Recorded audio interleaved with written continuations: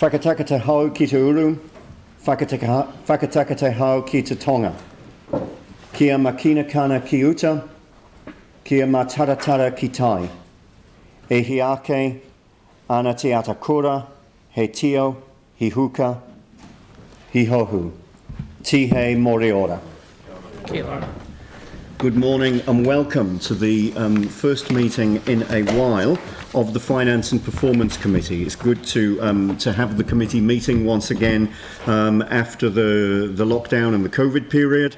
And there are a number of reports on this agenda, which are the regular reports that would have been coming through the committee in that period, many of which have been coming to council instead, some of which we're seeing for the first time in a while today. So welcome to the meeting.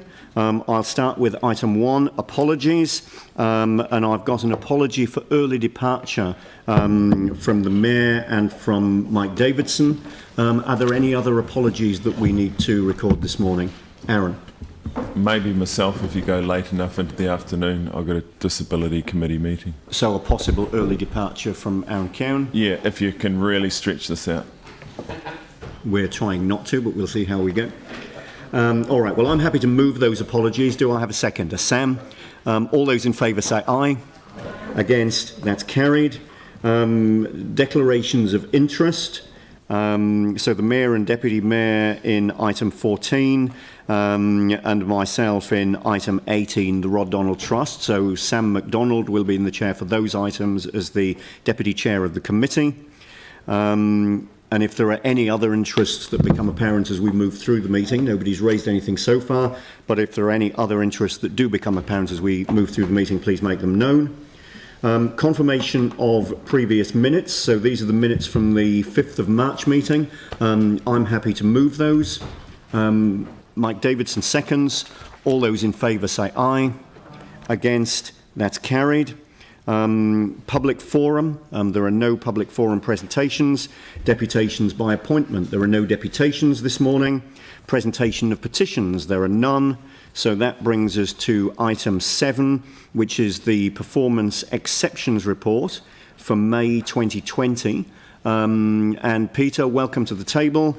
I mean, one of the highlights here, I think it's fair to say, is that whilst levels of service clearly have been affected by the lockdown period and by COVID, the effect is not as great as we might have anticipated, and you'll obviously focus on that.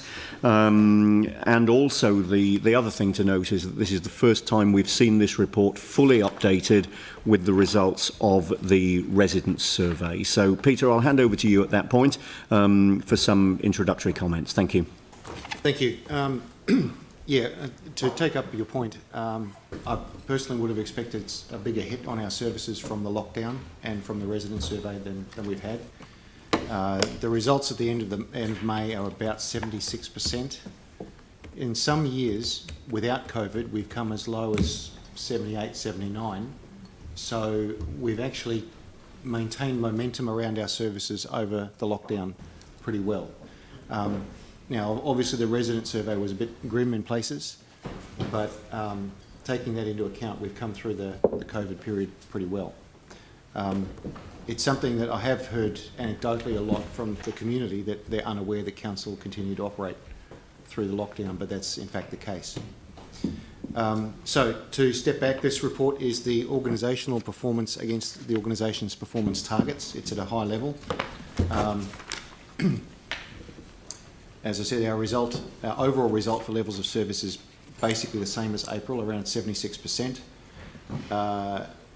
There's not a lot to add there, except that this is very likely to be the year-end result as well. There's unlikely to be anything but minor change at the end of next month, at the end of the financial year.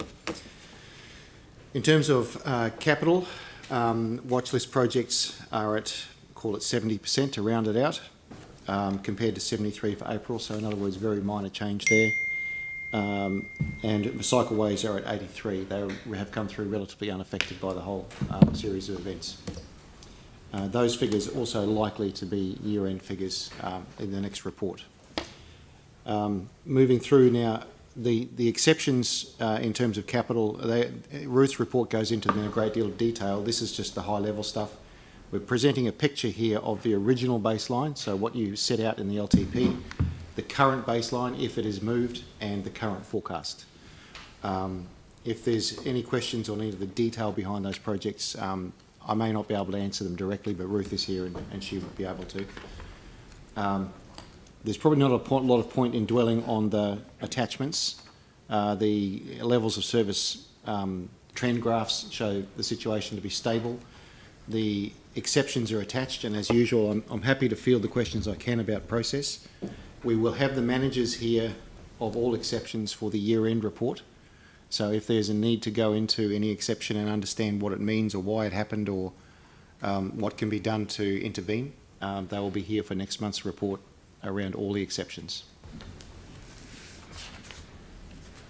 All right, thank you, Peter, and certainly noting the point that there's likely to be little change between this report and the one that we would see in a month's time. Thanks for your comment around availability of people to answer any questions on that final report.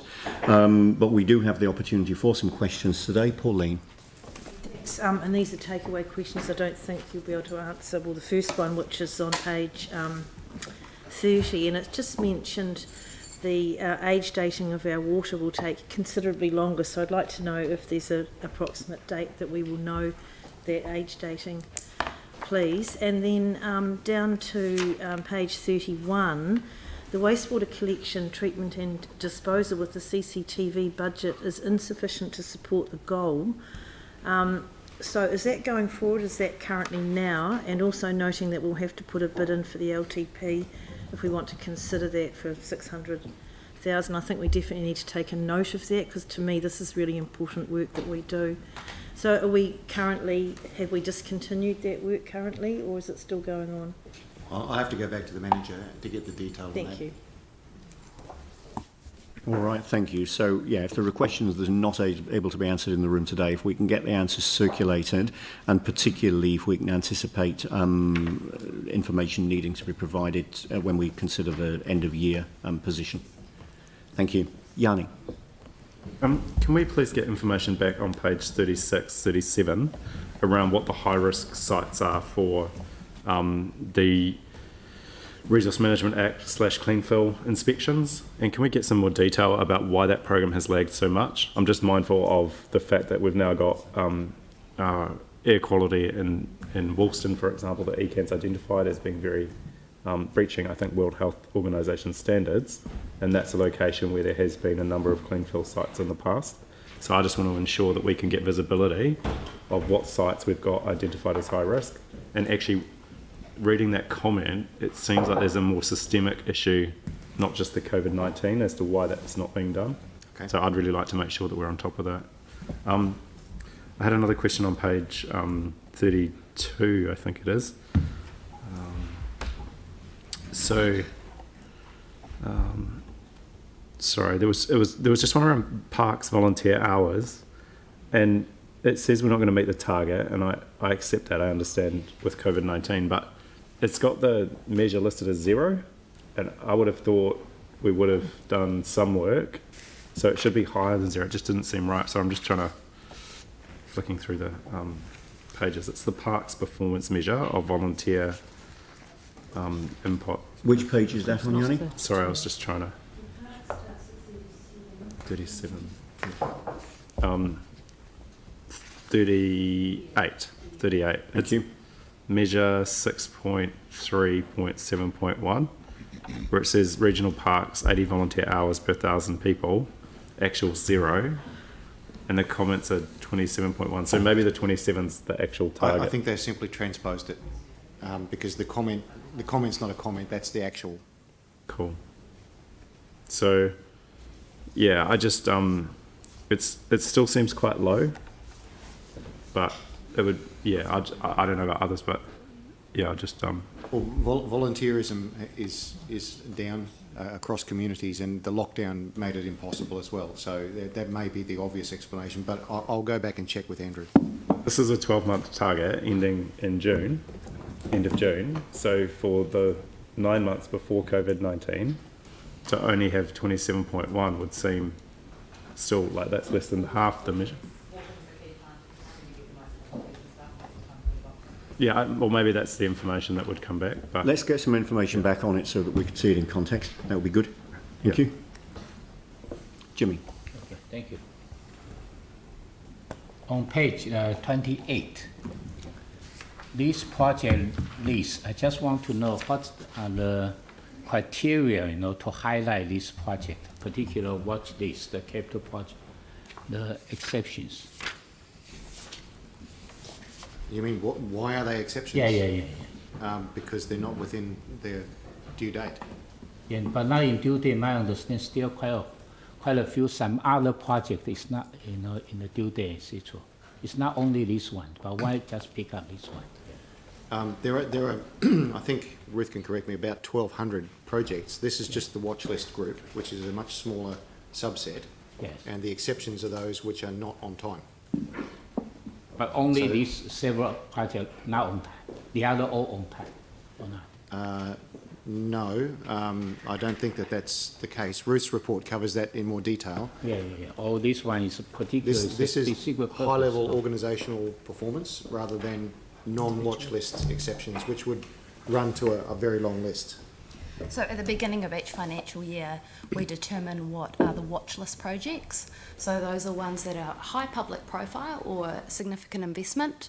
So at the beginning of the year, we decide what those are. You guys endorse that, and so they end up being on Peter's performance exception report. So all the other projects, they're managed and they're monitored through our governance boards, management boards within the council. These are the ones that you've told us you've got a particular interest in. So was there something, Jimmy, you were expecting to see there that's not there on this Yeah, list? because I'm concerned, like Hoswell Junction Road, not on the list, not any the list. This we repeated for several years, but I didn't see why not in here. Hoswell Junction Road extension, that's a project.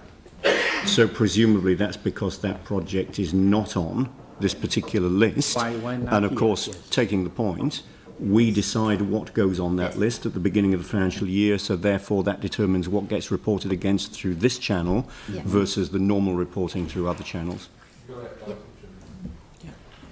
So that might be worth bearing in mind if there are projects that you would want considered to be on this list in the new financial year. It might be an idea to be making a note of those so that you can bring them into that discussion for consideration. I'm about to present my report, and I will ask you explicitly in that presentation what projects you want on there for the next financial year. Councillor Chen, it is reported, it just is reported through the PMO route, just not on this performance. So you will see it in the same meeting, it's just in a different report, that's all. Okay, Okay, you've already decided, you decide the watch list each year. okay. I just want to know, yes. Okay, All right, thank you. thank you. Anne. Thank you. On the same page, thanks Peter, just 28, just wondering if there's any one particular reason why the cycleways are not reaching their targets, or is there one general reason? Is it funding, or are there other reasons? Given, I really appreciated, Ruth, your explanation about why we are looking at these things, the community interest in the cycleways, obviously, and getting them completed. It would be useful to be able to communicate why they're being delayed. Okay. Yeah. I don't think I should try to provide an answer for why it's not 100. 83, 84 is still quite high, given that there are always barriers to projects, whether it's weather, consents, property acquisition, whatever. It's very seldom that a program comes in at 100%. In fact, I don't think I've ever seen it truthfully done. There's always barriers to some capital project. What those exact ones are in this case that make up the 16%, Dave might be able to tell you, but I can't. It'll come up in Ruth's report again. She's Yeah. got a detail on the cycleways and that whole program, so maybe we just wait. Yeah, if we wait till we get to the capital report, that's the opportunity to raise that particular issue, I think. Okay, Yanni. I just had one final question in relation to the roads and footpath measure. It's at the target's 39, Which page is this, Yanni? page 31 and Thank 32. And I just wanted to thank staff for the really comprehensive assessment. I thought it was really enlightening, but in their comments, it actually raises a really significant concern about the work that Skirt's done. And so I just wanted to check Like, are we going to get some sort of report on what's happened to our infrastructure because of the way in which Skirt did the work, given the issues that are raised in here? Which, if I just quote, it basically says, the backlog created by underinvestment is compounded by the significant volume of trenching work undertaken to underground services, creating joints that have let water into the road construction, changing traffic patterns and wear to the network never designed for such. So it would explain a lot of why we're getting really a lot of dissatisfaction.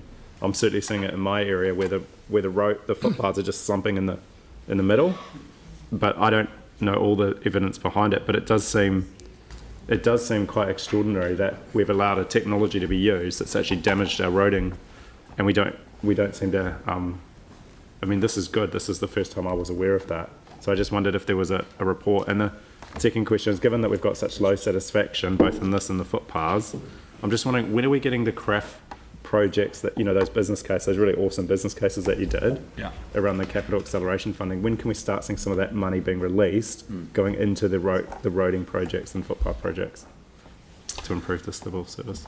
So, in terms of the first question around the low resident satisfaction survey, that this is not new and it hasn't been improving for a number of years. Obviously, Skirt did a lot of work post-quake, and a lot of that was underneath the ground, so they needed to dig up the road to get to the pipes to repair them. And when they put something back on top, obviously the road can sometimes, depending on how many times you dig it up, it loses some of its integrity, and you get weather tightness issues and other things. So they did a lot of work on that, and there was no purpose in council, obviously, at that stage going in and resurfacing the roads, because Skirt were in the midst of digging them up and replacing the underground infrastructure. So we did the right thing in terms of leaving them to do their bit. Then post that time, as is outlined in here, we haven't done a lot of resurfacing and resealing. And we brought that to your attention and as part of the 18 to 28 LTP, and there was further investment put into that, and we've managed to resurface a slightly greater proportion of the network. And again, in the draft activity management plan and asset management plan, we'll be bringing that to your attention for the 21 to 31 LTP. And from a staff perspective, it's simply a matter of increasing funding to improve that smoothness of the road network, which at the moment has simply been affected by all the works that Skirt did post-quake, digging it up, and a kind of a lack of investment since then in comparison with other major metros throughout the country. So, we do 2 to 3% a year, most others do 6 to 8%. So that compounds year on year on year, and it's reflected in the resident satisfaction survey and the other measures that we have around smoothness of the network. And I can't speak to that because I wasn't that close to the Skirt program, but I think the original estimate was pretty significant, and in the end there was some money that wasn't delivered. I don't know the absolute numbers.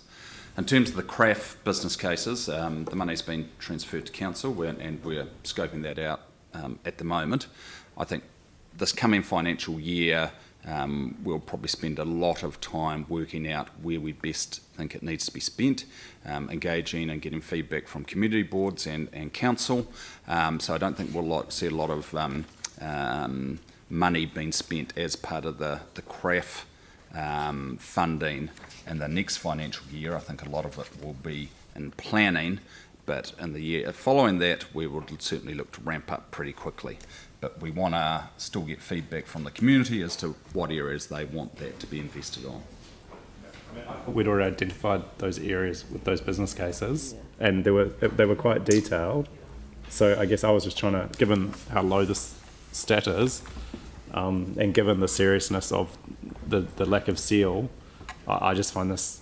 I mean, I don't know. Maybe we can discuss it in the Transport Committee. I mean, clearly there's some further work needs to be done, but I mean, I would imagine we would want to be, given that the funding's been made available, we would want to be getting on with this as quickly as possible so that the community gets the benefit as quickly as possible. Again, particularly given that we've got the survey results back, and we know that this is an area of community concern. So certainly on the back of Yanni's question, I would encourage us to be pushing this along as fast as we possibly can, with appropriate briefings or reporting or decisions coming back to wherever they need to, as quickly as possible. So should I just move that we refer this level of service to the Transport and Committee for a report and what can be done? Well, if that's what needs to happen, I don't understand enough about the process to know what needs to happen. The concern I have is the reactive maintenance cost is going like this, and we've got some money that we could spend that could bring that down and get us to a better place. Certainly we do intend to be getting on with the CRAF as soon as possible, but there's always lead-in times for delivery of transport projects, as there is with any project. So we were looking to, as part of our Transport Bi-Monthly, provide a pretty chunky update in terms of the CRAF funding and how we intend to progress that. However, the Transport Bi-Monthly, I think we're now looking to report that to September, just because the August Urban Development and Transport Committee is very busy. So Richard, I suggest what we do is actually we bring a briefing to members as soon as possible on our Tuesday briefing so that they can see the detail and understand that. Sure. And then we can move on from there. Yeah, and that will allow us to understand what the decision-making process and the consideration process around that is. I think you're getting a sense out of the meeting this morning that, urgency in getting on with this is where we want to go. Okay, so now I've got questions from Leanne and from Sam and from Sarah. Leanne. Mine's just a clarity one because when Yanni asked his question, it could have sounded as if Skirt had used a particular technology or done something particularly wrong, which led to this. But the point, I think you've clarified it, that they were digging under the road.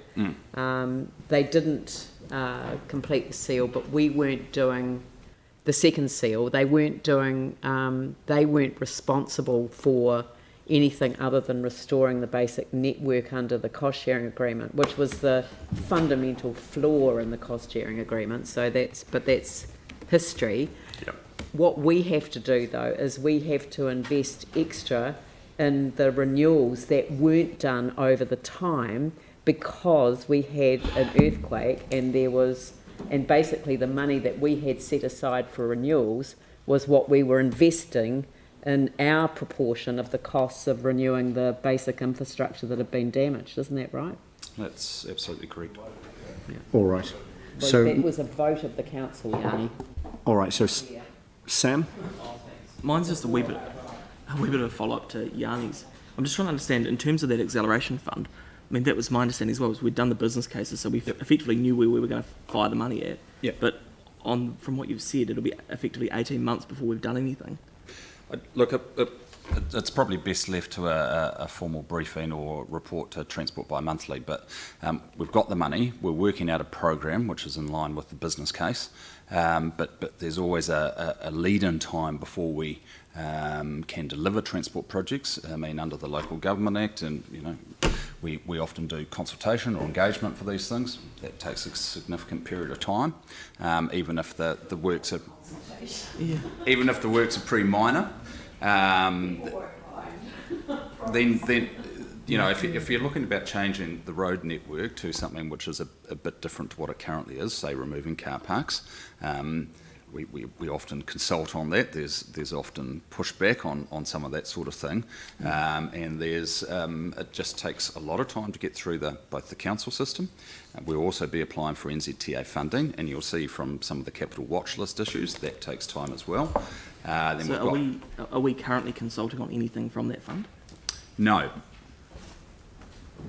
All We've right, only just got the money. Let's refer all of this to that briefing that Dawn talked about. Yep. But you're picking up a clear sentiment from this meeting about the kind of things we'll probably be raising in that briefing, not least how quickly can we get on with some of this. Yes. Realising that, there are processes that need to be gone through and some of those take time, as you've described. Yep. So I will be expecting that briefing from officers to be able to say, how can we accelerate?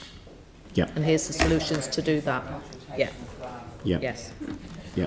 I All just- right, Sarah. And then just the last bit on that, there's a couple of things. We don't consult where we're just replacing road surfacing because it's not a change to the road, so we should be able to be getting on with some of that. And we have in the past had some expressions around the table of really wanting to involve the community boards in decisions over which roads and things were prioritised, and that's been something that as a council we've expressed. But there will be some roads in those areas that we just know need to be done, and that we know that the community boards. So if there's a way for, as part of that, for them to be a mix of that stuff that we're proposing just to get on with, and stuff we want more community board feedback on, because then we can just get on. Yeah. And even where we Yeah. do want community board feedback, we can set some tight timelines so that we get that quickly.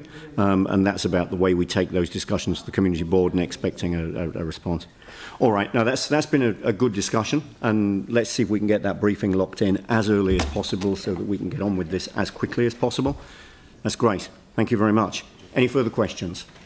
All right, so I'm happy to move that we receive the information in the Performance Exceptions Report for May 2020.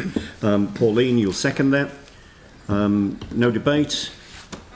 All those in favour say aye. Against? That's carried. Thank you very much. So now moving on to the LTP 2021 programme update for June 2020, item 8. And again, I'm sure, Peter, you're going to describe to us a highlight here, which is that this programme has not been affected to anything like the extent we might have anticipated by the lockdown and by COVID. And I guess, you know, I welcome that news particularly because I know that a number of the staff that are working on LTP are the very same people who've been working evenings and weekends and many hours on take 2 of the annual plan, and also are people that for 7 weeks were working from home, and of course we all know what that feels like. So yeah, Peter, I'd welcome some comments on that and other matters. Over to you. Yeah, look, it is worth noting that a lot of the people that you just referred to were working simultaneously on the services they deliver and the second annual plan and the LTP during lockdown. So that's quite a pile. And we're talking about dozens of people there, not one or two individuals. So it really is worth just taking a moment to think about what those people produced during that time. The impact, we've maintained momentum on the project and hit the deadlines despite all that. The exception, of course, is the financial strategy, which inevitably is knocked sideways by the annual plan decision making on financials. You can't do the LTP till you know what the annual plan is. You need to know where you're starting from. So that's the one exception that is beyond staff's efforts. They can't circumvent that. So look, just moving back for a moment, recently the Chief Executive gave a briefing in the Gallery Amphitheatre to key staff, and part of the focus there was to lift the game on resilience, risk and climate change in the building blocks of the LTP. They exist. The initial reading of them, and remember they're meant to be a solid draft, not final, is that the content's there and it's solid, but it's a little bit BAU, and that we're looking for stronger support for those staff around building in resilience, risk and climate change into their planning. Now with 6 months to go, that's eminently achievable, but it was a little waypoint reminder that the Chief Executive delivered quite firmly. That we also need to be very clear in our responses to COVID-19. So in other words, BAU doesn't cut it there either. But as I said, the 1st of June deadline was achieved. That stuff is all sitting on Big Tin Can for you. That stuff has been there for several months now, but it's only really swimming into sharp focus now. We are ahead of other councils, many of whom were blown out of the water by the lockdown. And we're also ahead of our own schedule. I mean, this time in 2018, nothing had been built. We now have an infrastructure strategy. We only began building it in June of 2017. So we're well ahead of the game, but that also means it's ours to lose if we let that opportunity slip by. On the 30th of June, we had that discussion. You might remember about the overall parameters, so rates debt, headroom, all of those overall parameters for the LTP. My sense of the room then is that we didn't quite land exactly the final result there, and I'll come back to that in a moment when I look at the schedule. That meeting was a change from previous LTPs where we've dived straight into the building blocks of activity plans. This time we've decided to take a more global discussion first, and I think probably another one is required. The external advisory group has been meeting fortnightly. They're going hell for leather. They've reviewed a lot of documents and talked to a lot of staff, and they'll have their first briefing with you on the 15th of July. That's in keeping with the lessons from the last LTP, which were little, early and often beats late and last in the process.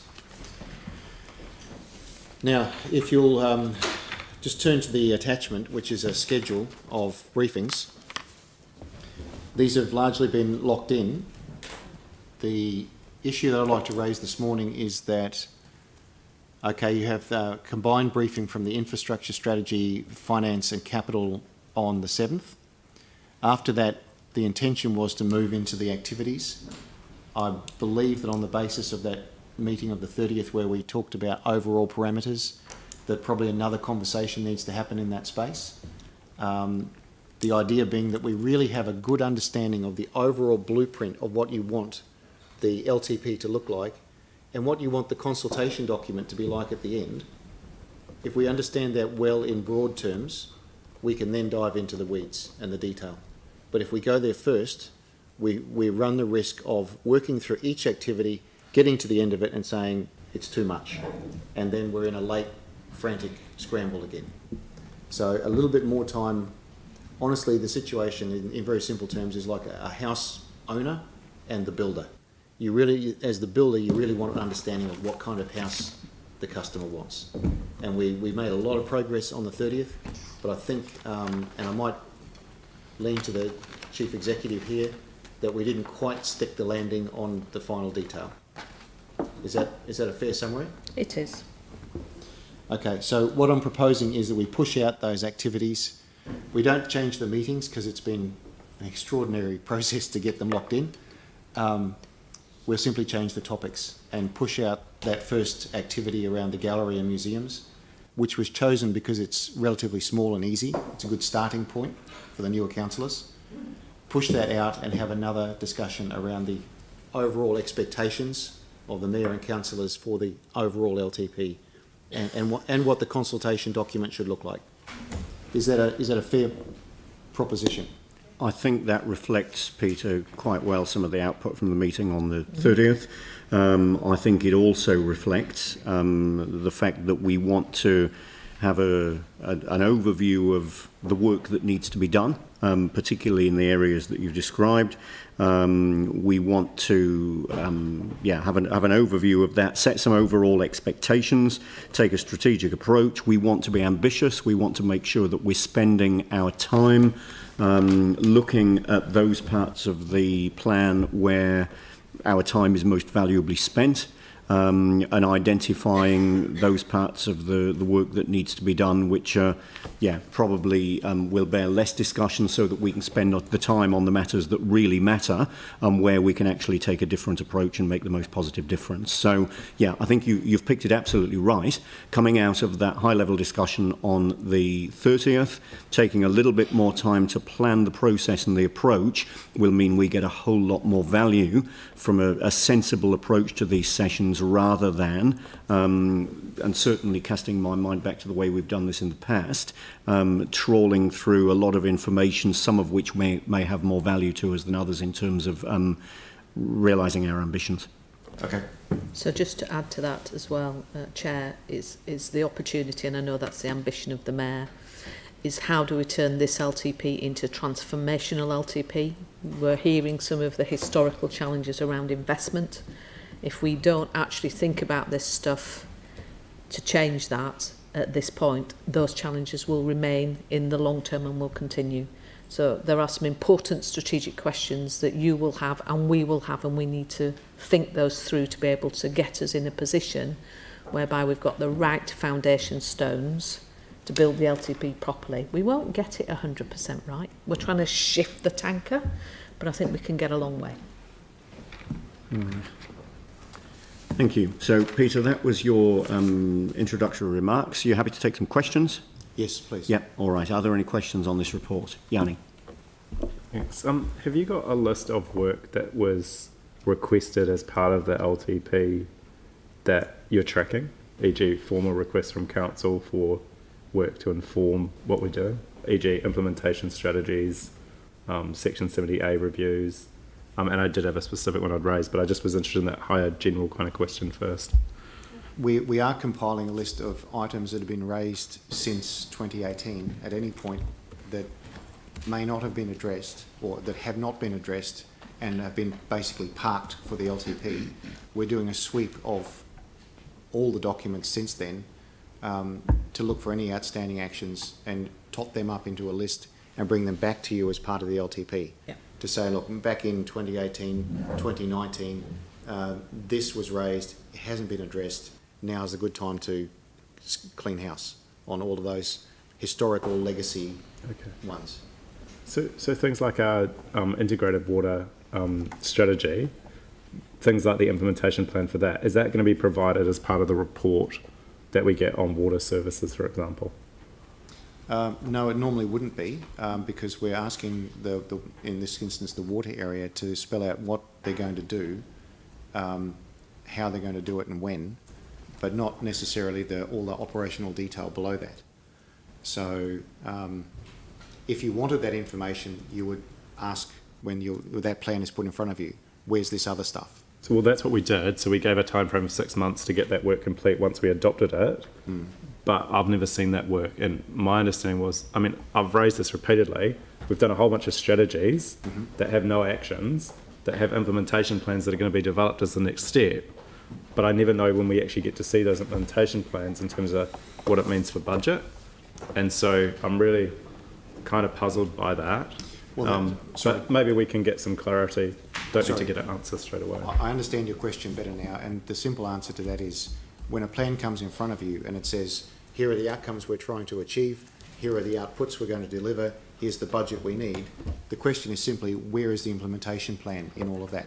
So often what we get told is there's no budget because the budget will be done as part of the implementation plan. And councils be well aware of me raising this every time we've adopted a recent strategy. What's the budget implication? And we're told, nil. Art strategy is a classic. We're going to do all this stuff, but there's no budget implication. And then we're told that so I just think we need to get some thoughts around that so we can be really clear. And then very specifically, where there's been very, very specific requests as part of the 17A review for work to be done around, like, for example, the Linwood Library, that was really clear with time frames when we considered it, but staff have now come back and said they're not doing it. And at what point at a governance level do we overturn a governance decision if staff are not doing what we've asked? I don't quite know how that interface works. I'm sorry, you've caught me with a bit off guard. That's a very, it's a very specific question. No, it is. So you look at the schedule. We've got libraries coming as part of the LTP process. Yep.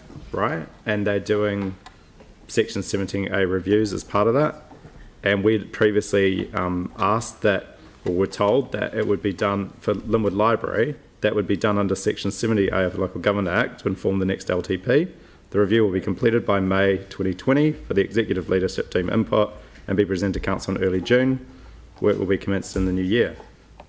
You've now been told that, this is from the Chair, the service review of the future delivery of Linwood Library does not fit well within the framework of the Section 17A review process.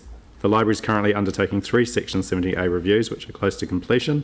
Once they are completed, Libraries and Information will undertake analysis of future option for the library service. So it's a completely different thing than what we were told.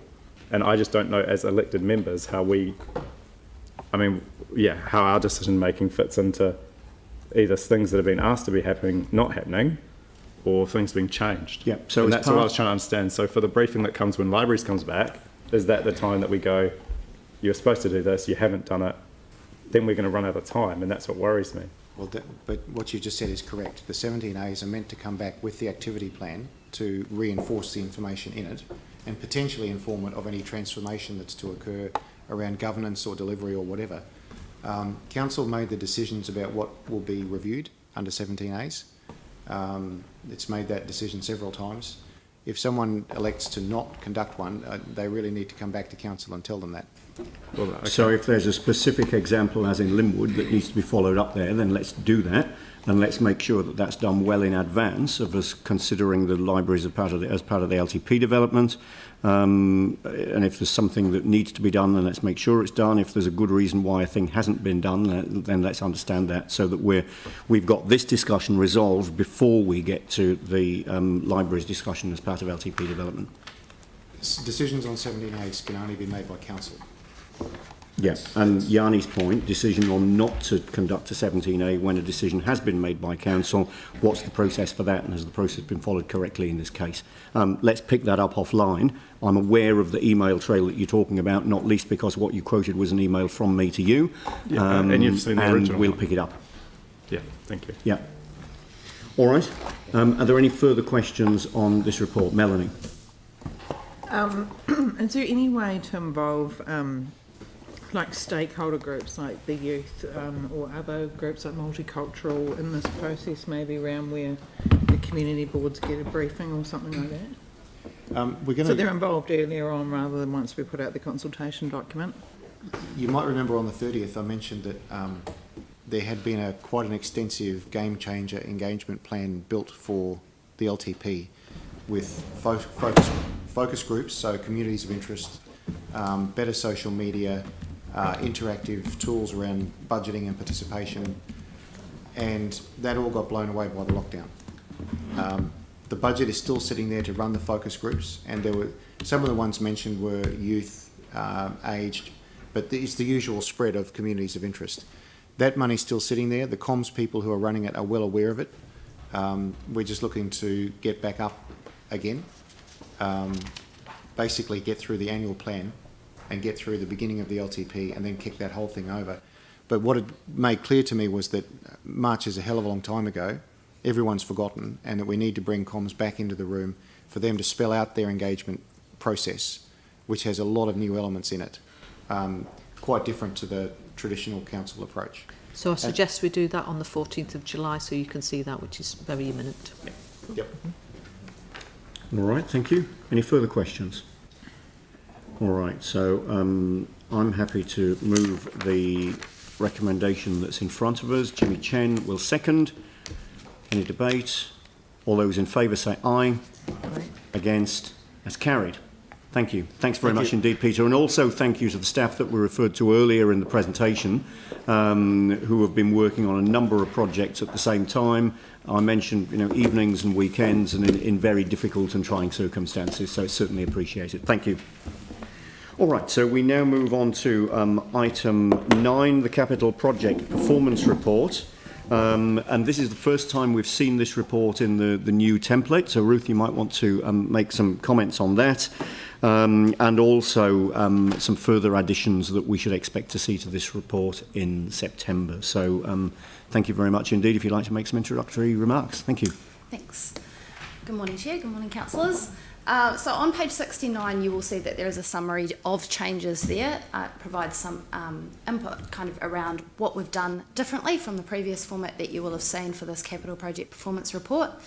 So I'll just highlight a few of the key changes. So on the first page, you'll see highlights, project delivery complete from the previous period. On page 54, there's a financial position graph. So you'll see that there's a green bar that's going to bring you up to the actuals to date. The blue then brings up that bar to the current forecast, that's the project manager forecast. And then the red line that you'll see on the graph is a prediction on the forecast based on the financial year spend to date.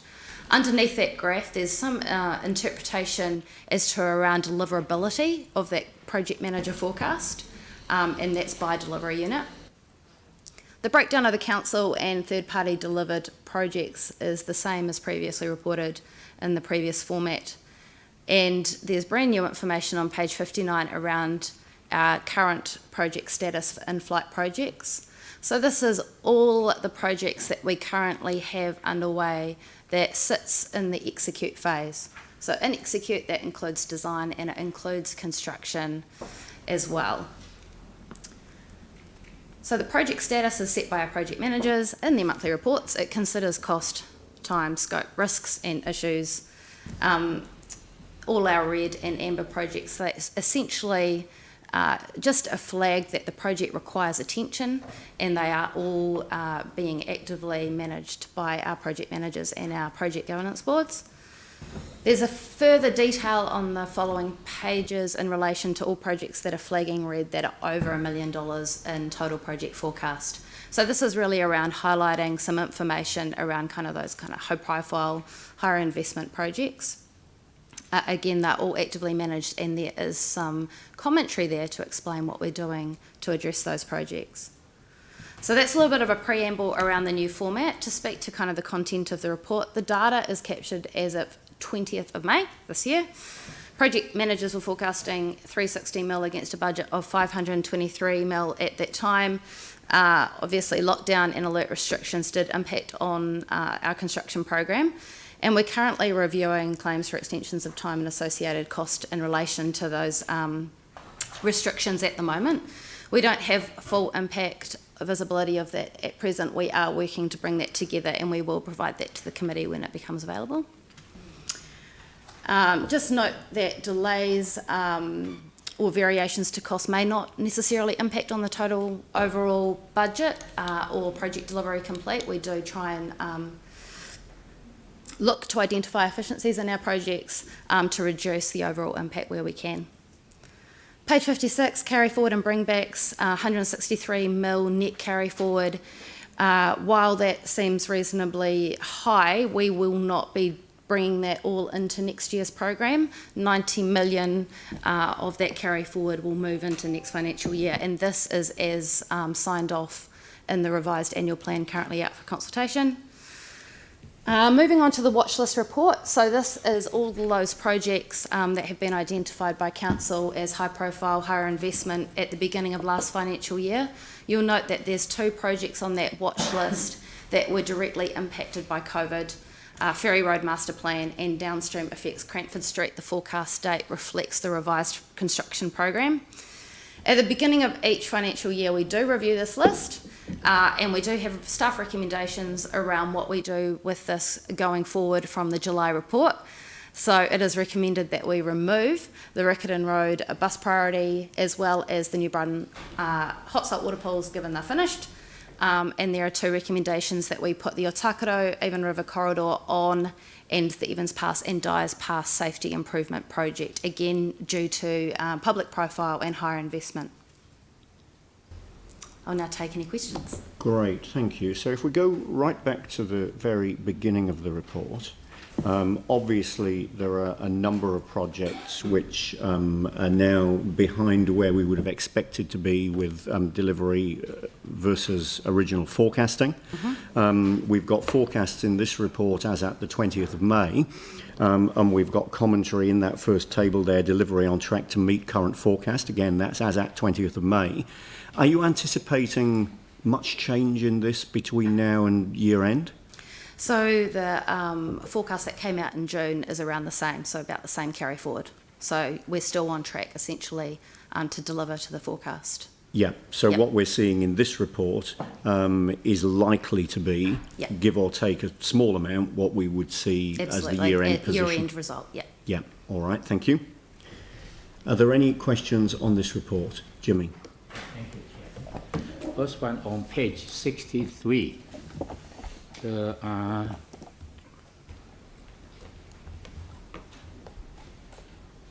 Hornby Library Customer Service and Southwest Leisure Center. Here you highlight original delivery date will be in April 2020, but current approved is the December 2022.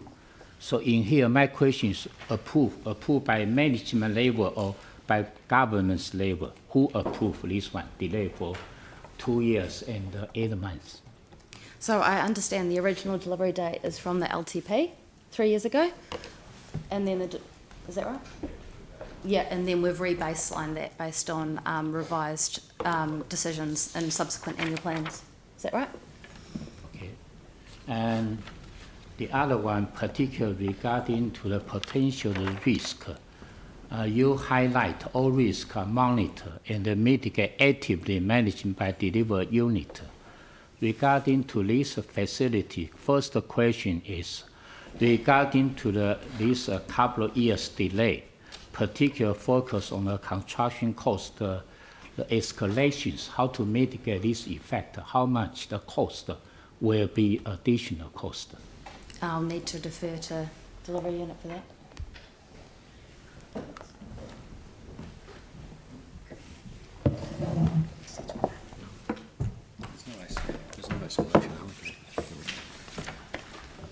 So there's no escalation costs allocated for this, Jimmy. So no.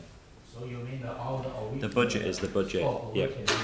Yep. So we're still working within the original budget, and we're working towards that at the moment with our concept. Yeah. And it is identified as a risk as well. No any risk. No, it's identified as a risk, but it's not currently a risk.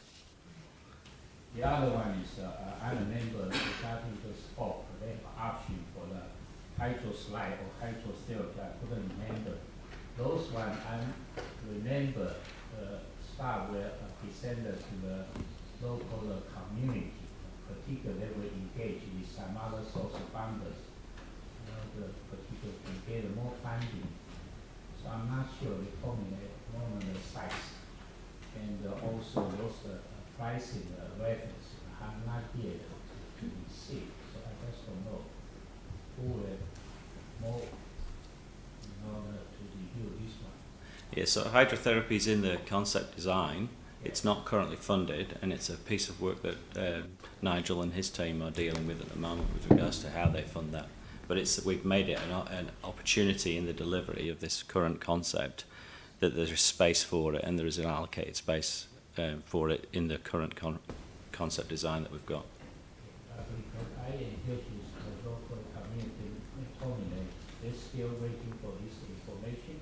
They can do nothing to engage with another source of funding. No, we've consulted with the community board, and we're in that consultation period right now with the concept design. So Peter McGibbon's leading that, and he's leading that with the current community board and consulting with the public at the moment. So. Okay. The other one is page 67, major cycleway. Template 1A, template to the water culture. I remember on the 5th of June, the elected member, the staff, also the resident association, as well as the surrounding residents, we have all together the cyclists in the area. Then the particular concern, those are the safety issue, cyclists or the pedestrian issue. But up to now, I asked Commissioner, I have not yet get those meeting notes, so I don't know. Almost 1 month, I just don't know what's their status. I asked Commissioner, they have no any idea. It may be that the answers to some of these questions need to be provided offline and are not able to be provided in this meeting. These are quite detailed questions. I can follow that up after the meeting and ensure that they get back to the community board, and my apologies, they haven't so far. But staff are working with the community group as well, the staff that were out on site. Let's take that offline and let's get the information back. I mean, clearly there's been some time since the, this has been outstanding for some time, so that would be good. Thank you. Okay. Last question. Yep. Last question is where about, I remember last year, monthly basis, staff always presented to us the project, Horseway Junction Road extension. But after lockdown, I didn't see this the project now. Looks like, the weaponized disappear. I just don't know what's the rationale. The bulk of the funding for Horseway Junction Road extension is in financial year 22, and it was there as part of the last annual plan, not this one. So it hasn't been shifted. The team are still working to progress the project with KiwiRail. We have agreements and we are working through detailed design with KiwiRail, so we are making progress. But in 2018 to 19, the council, we did have put a budget for $7.6 million on those annual plan. It is so still in FY22. So you mean that it's carry forward for the 2 years? If 2 years, at least we need to update status. Why this project not on the list? was done as part of the last annual plan. We did also report that there are issues. We're working with NZTA to get subsidy, and it now doesn't fit in to that higher level criteria around the government policy statement. But we also, as you will remember, we have applied for shovel-ready money for that project, and it's got into stage 2. But you know, you know as much about what happens now as I do. So you know, we are looking at ways of how can we fund that so it's not all there. In the meantime, we are progressing totally, and I must admit, I think we've made even good progress with Kiwi Rail on a number of those sorts of projects. So we're doing what we can, but you know, basically there's the funding side of it that we need to work through as well. All right, thank you. Thank you. Thank you. Okay, so further questions. Pauline, Tim, Aaron and Anne. Well, my one was following on from Jimmy's, actually looking at the cycleway at Tuckers and Sturrocks once again being held up with Kiwi Rail. So are we able to get an update on what progress is being made? Because I believe you are making some. Is that correct? Or? Yes, we are, and we're agreeing a program of works for the Northern Line with Kiwi Rail at the moment. We are reopening negotiations around the leasing requirements, so that we are making progress, and we were planning to put an update in the transport report. Oh, lovely, thank you. Thank you, Tim. More clarification with you, Jimmy. Are you saying with regards to the Hornby Pool that the community are looking and wanting to raise money to do or to support the project because we don't have money on the budget for the hydrotherapy? So are you saying at the moment they can't do anything? Yeah, they told me they can do anything. They need the information from staff. They told me. All right, so we got the answer from staff on that. Because there's a since September last year. Yeah, all right. This is an opportunity to be asking questions to staff rather than having conversations across the table. Was there a further question or clarification? I actually think it's more a question to the top of the table with regards to, you know, we talk a lot about partnerships with communities. There's obviously a bit of a gap here, and it's not I don't think it's I think everybody just needs clarification on how that happens, because you've mentioned community board, but is there a disconnection between the community and the community board? I don't know the answer. Well, I can't answer your question at this moment, Tim, because I don't think it's clear enough. So we will take that back and check that both through Andrew and Nigel. Thank you. If we can do that, and if we can get any information circulated, that would be good, so that everybody's comfortable, because I mean, what happens in this project may well have application to other projects. Well, that's what I'm thinking. If we've got an issue here, then the bigger question is how do we? What is the process that we need to put in place to ensure that we? So first, I need to see if we actually do have an issue, and if we have, how do we resolve it? Yep, and how we resolve it here may well have application for other projects as well. Thanks for raising it. That's great.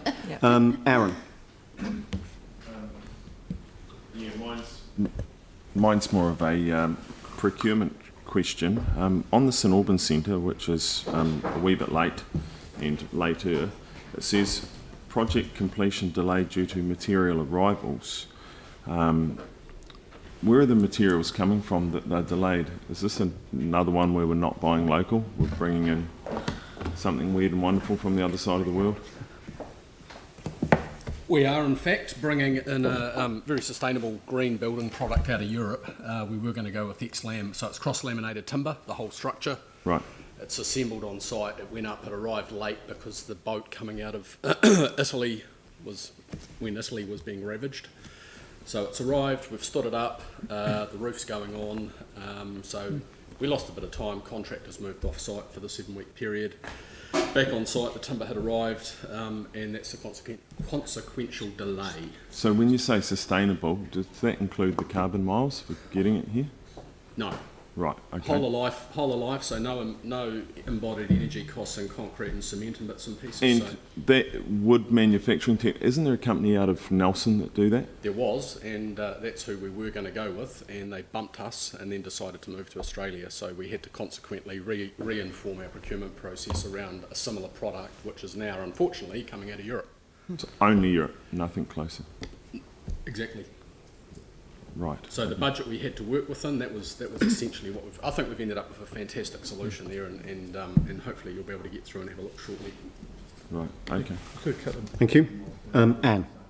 I just wanted to acknowledge the clear report. Thanks, Ruth, and it has answered my questions about why the MCRs have been delayed. So apologies to Peter for asking that question when the information is there. So thank you. Yeah, if there is any feedback on this report format, given this is the first time that we've seen it, I'd be really happy informally to receive that. I'm hoping that the way the information is presented does make it easier for people to understand and give us immediate visual access to the information that's most important.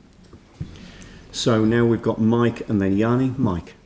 Thank you. I'm not too sure if the right staff person's here to answer this, but one of the very first highlights you have is about the wellhead conversions, and it notes that Grassmere's been completed. But further down in the report, in the first attachment, it says that actually it hasn't been completed. So on page 61. So it could be that project delivery has been completed, however, it was later than the target date. Okay, so I've just got, it's just contradicting. I'm just trying to work out, has it been completed or has it not? Because currently, I look at the coronation map and it's delivering 0.5 ppm. And so it's just trying to work out exactly what's happening with that. I'll take that offline. Right. Can we Yeah, take that offline? if we can get an update, that would be great. I mean, clearly there's a discrepancy, but if we can get some updated information on that makes it clear, that'd be fantastic. Okay. My other question's around the main North Road bus lane modifications.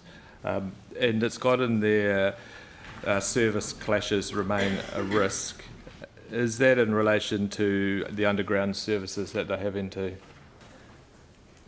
Do we know any more about that? Generally, when we start digging up the road, it's it's more congested underneath than it is on top. So service clashes, whenever we have to start dealing with service clashes, or we have to start adjusting services, it becomes a risk. So it's often a risk. We do as much as we can to pothole it and address that ahead of time, but the services aren't always where we think they are when we open the road up. Okay. And so from Main North Road's perspective, it is still actually, it does remain a risk, but it is being well managed. They are potholing ahead to try and address it. And they're progressing well now. Yeah. What's the likely completion of that project? When we expect it to be out of there? I will have to come back to you, but I don't believe it's very far away. And it notes in there that there's been increased costs due to asbestos and coal tar. Yes, I thought we had sort of got on top of the coal tar issue to stop those unexpected cost increases. It's like services. Yes, we do our best to do that, and we haven't quite got on top of it on that one. So we have gone and done as much potholing more potholing than we would normally do. But again, sometimes it's not quite where you expect it to be, despite where you've potholed to find it. Okay, thank you.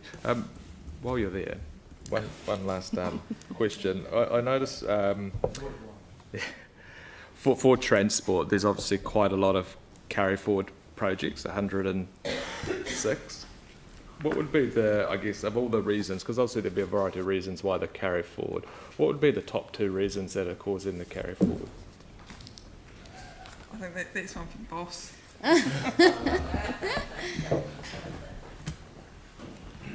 Just to the Main North Road delivery date, that's October. Okay, thank you. And they will be tracking up. I think the biggest challenges for us in terms of delivery of the transport program is consultation and engagement and council approvals, and it's not just the 1 month that we go out to consult on. Generally, a lot of our projects you're chucking in 8 to 10 months to get it ready for consultation, go through that process, but it's all the engagement with the people afterwards who have lodged submissions or whatever else. Generally, they need to brief councillors and then get a council report. So that process is often pretty significant. NZTA approvals is another one. So, we don't want to go to detailed design or contract until we've got NZTA approvals, and that can be pretty slow in coming. So a lot of our projects just I mean, and perhaps it's a good thing for us to report to you on because it's relevant to the CRAF as well in terms of delivery of that program of works. A lot of our projects take years of lead-in time before we issue the contract. Years. And so therefore, it'd be fair to say that we don't have an issue with, I guess, contractors and capacity within the contract. Plenty of capacity at the moment. So, Mike, it's one of the areas that I'm clearly interested in. I've asked Lynette to give me a chronology on a couple of projects for us to better understand together what that actually looks like, rather than just talking in general, because ultimately we need to see how we collectively can do this better and quicker. So it sounds as though there are a couple of conversations that might all align to the same place. This conversation we're going to have about how we can speed up the CRAF-funded programme and the work that Dawn's just described are all about how we can speed up this whole programme of work in the transport space. So it may well be when we have the CRAF discussion, that's got some application to the broader piece of work that Dawn talked about as well. It's good to know that all this is happening. Excellent. All right, thanks, Mike. And then we're now coming to Yanni. I see the Linwood Pool's actually got, first off, the baseline date, and I think for people like Jimmy, the baseline date was not December 21, so it was earlier. And I think some of the baseline dates, like Naval Point, is June 2015, so I just think some of those baseline dates are not quite consistent. So I just wanted to raise that point because it does give an impression that some projects are delayed and others aren't. And I don't think some of them are just very accurate when you compare them against each other. But just in terms of Linwood Pool, I was quite surprised to see that it's listed as red, and you've got unforeseen conditions, large objects, contamination, and natural perils. And given that we went through a very extensive site selection almost, 3 years ago, I was quite surprised to see that in there, but also didn't quite know what the phrase natural perils meant. Can I just say something around the format of the watch list is that cost and time are now directly based on the exception. So it's in a range. If we're over budget, it's flagging red. If we're on budget forecasting, it's green. And all of the risk now has got its own column. So what you're reading at the moment, Yanni, is all just the risk associated with that project. Okay. It's not a current issue. It's not impacting on cost and time at present. Yeah. But we do have to manage risks on our projects. If we don't, they end up becoming issues, and they do end up impacting cost and time. Right. And it is a very much an unknown, but we're in that stage right now, as you know. We've broke ground now, and we're doing the demolition work on site, so that risk will be mitigated in the next 2 weeks anyway with regards to what we find in ground. We have done detailed site investigation, you're right and you're correct, but there's never, we can never say we will never find anything of large scale that could impact the project and would therefore not be costed for. So therefore it sits as a risk, and that's just good project management. And what's natural peril? What is that? Water levels, in-ground water levels, but again we've done a great deal of information around our water table and the impact upon that water table, but again we put it in there as a risk because until it's actualised then we won't know, but we're now in the ground, so we'll find out quite soon whether we've got any issue, and if they don't come to light, then they just get taken back down. No, that's great, thanks. I just hadn't heard that phrase before, so it was good to see it in terms of just have a little bit more understanding. I did wonder if we need a specific coal tar strategy, because it does seem to keep coming up, and it does seem to keep increasing the cost that we required for some of these projects. So I just wondered, I don't know at what strategic level we look at how we deal with coal tar, and whether the costs associated with what we're doing is, if there's ways to do it more efficiently, or whether we need, it just seems to be a new thing that's emerged in the last sort of few years. And I presume that we've had lots of other projects before the earthquake where we had coal tar and maybe took a different approach. So I don't quite know what's changed there. I'm not the right person to respond to that. So David probably is. What's changed is the rules around disposal of coal tar because of, help me here someone, I can't remember the chemical name of whatever's that leaches out of it. So we used to be able to dispose of it into clean fill, now we've got to dispose it into a secure landfill, so there's an additional cost. I don't actually think it needs a strategy. It's an environmental policy. What we need to do is make sure that we do the necessary potholing, and that was what Lynette was talking about. She doesn't only pothole for services, she actually decides or tries to work out how much coal tar's in a pavement rehabilitation when we're doing, and then we've got to make sure that we move the right amount of money into the budget to actually compensate for that. We look at the most cost-effective way of disposing of it, so there's a few challenges around that. I think that basically we are just integrating it into our project management rather than needing some strategy on it. Yeah, so rather than a strategy, we just need to make sure that we've got confidence in what you've described and the way that we mitigate any risk. Right. And are we still sending it to Dunedin?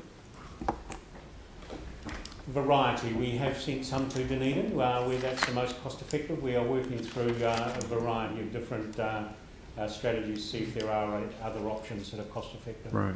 And I mean, I just want to, it seems to, I mean, and again, just from this information, but it seems to be driving quite a high increase in costs. And I wondered whether things like the Waste Minimisation Fund or any sort of environmental fund that we could apply for that could help offset some of these significant costs. Certainly not the Waste Minimisation Fund. The Waste Minimisation Fund funds recycling, recovery, that sort of thing. We are looking at alternatives to try and minimise our costs. Basically, we've got what is now used to be declared probably as a clean fill. It's now been declared as a potential pollutant, so we have to dispose of it in the appropriate way. As with everything, environmental standards change over time. And again, I'm sorry, I can't remember the exact chemical, but they've traced it back and they've found it in waterways. Admittedly, most of that's coming, I think, from where it gets frittered away rather than from leaching. So while it's in place, it's not a problem. It's when we disturb it and what we do with that disturbed product that is the new rules are around. Okay. All right. Thank you very much. Yeah, now, just a final question in terms of the Tuam Street brick barrel. I see that timeline's gone out to February 21st, and I guess I'm just really concerned of the impact on those local businesses, given the COVID-19 and the huge disruption it's having. Are you? I mean, I'm just trying to understand the level of confidence around that February 21st date, given what's in here, and just I won't say anything else, but just thanks for the report. I really enjoyed this format. I found it really good, easy to read, and not easy to eat. No, but I found it really good at the start. Like, it really clearly articulated the issues, and I just thought it was an excellent report in terms of the information and format. So yeah, just wanted to check on that Tuam Street brick barrel. I'd need to go to the project manager and get risk associated with that date, but they will have. come down to the table.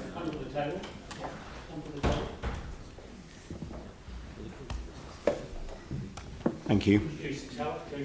Might not have been here before, I'm not quite sure. Tell it's looked after the capital program and water. Fantastic. Thank you. Welcome. Yeah. So the project manager works for me. I'm manager for project manager, but I'm aware of the situation. So there has been lack of productivities on this project. So we are assessing the ground conditions turn out to be quite different than we anticipated. So we have very less progress on that. Still, we are able to complete 50% of the works. So as you asked, the confidence into this this completion date, it's still under assessment, but that's what we are forecasting at the moment. Right. I'm just thinking of those businesses, because unfortunately this is kind of stalled at not the residential part, but more towards the business part. Have we got anyone talking to them about sort of help for rates or with COVID-19, but just sort of seeing what can be done? We are aware that they are quite challenging those business owners around that alignment, and we have a strategy of making sure that we communicate them. Right. As well as we regularly talk to the contractors who have more burden to do the liaison with them on a regular basis. Yeah. Thanks. All right, thank you very much indeed. Thank you. So we've fielded quite a lot of questions on this report, some of which have been very detailed, and some of which refer to work coming through community boards or perhaps would be more appropriately dealt with in other committees. There's also particularly been a lot of questions which have been asked which we haven't been able to provide answers for in the context of this meeting. All of that speaks to an early heads up about questions that you might want to be asking or areas of information you might want to explore, mean that we can have the information provided in the meeting or possibly even outside of the meeting, particularly on matters that really are matters of concern for community boards or elsewhere. So whilst we're happy to have questions asked and answered, I'm very aware that a lot of the questions have been asked haven't been able to be answered because we haven't had people in the room with the detailed information. If the questions had been signalled prior to the meeting, then we probably could have done that a lot more effectively. So that's probably just a take out for future meetings. I'm really keen to move on. Jimmy, what have we got? I recommend those Horseway Junction Road extension project. The staff still the report update to us, part of this project. Because they've done several years, why they disappear? I just don't know. So coming back to the question that Jimmy asked about this particular project, where would Jimmy expect to see that reported? You would only see information around that project if you, as a council, decided to put it on the watch list. So that comes back to the point that was made maybe 20 minutes ago, yes, around when we have that discussion for the new financial year. If you want that project to be considered to be reported on in that way because yes, it's on the watch list, that's the time to bring that into the discussion. But they're already in the watch list. I don't know when just take away. I have no any idea. Yes. Can we just move a resolution to add it now? Because I was going to add Lancaster Park as well.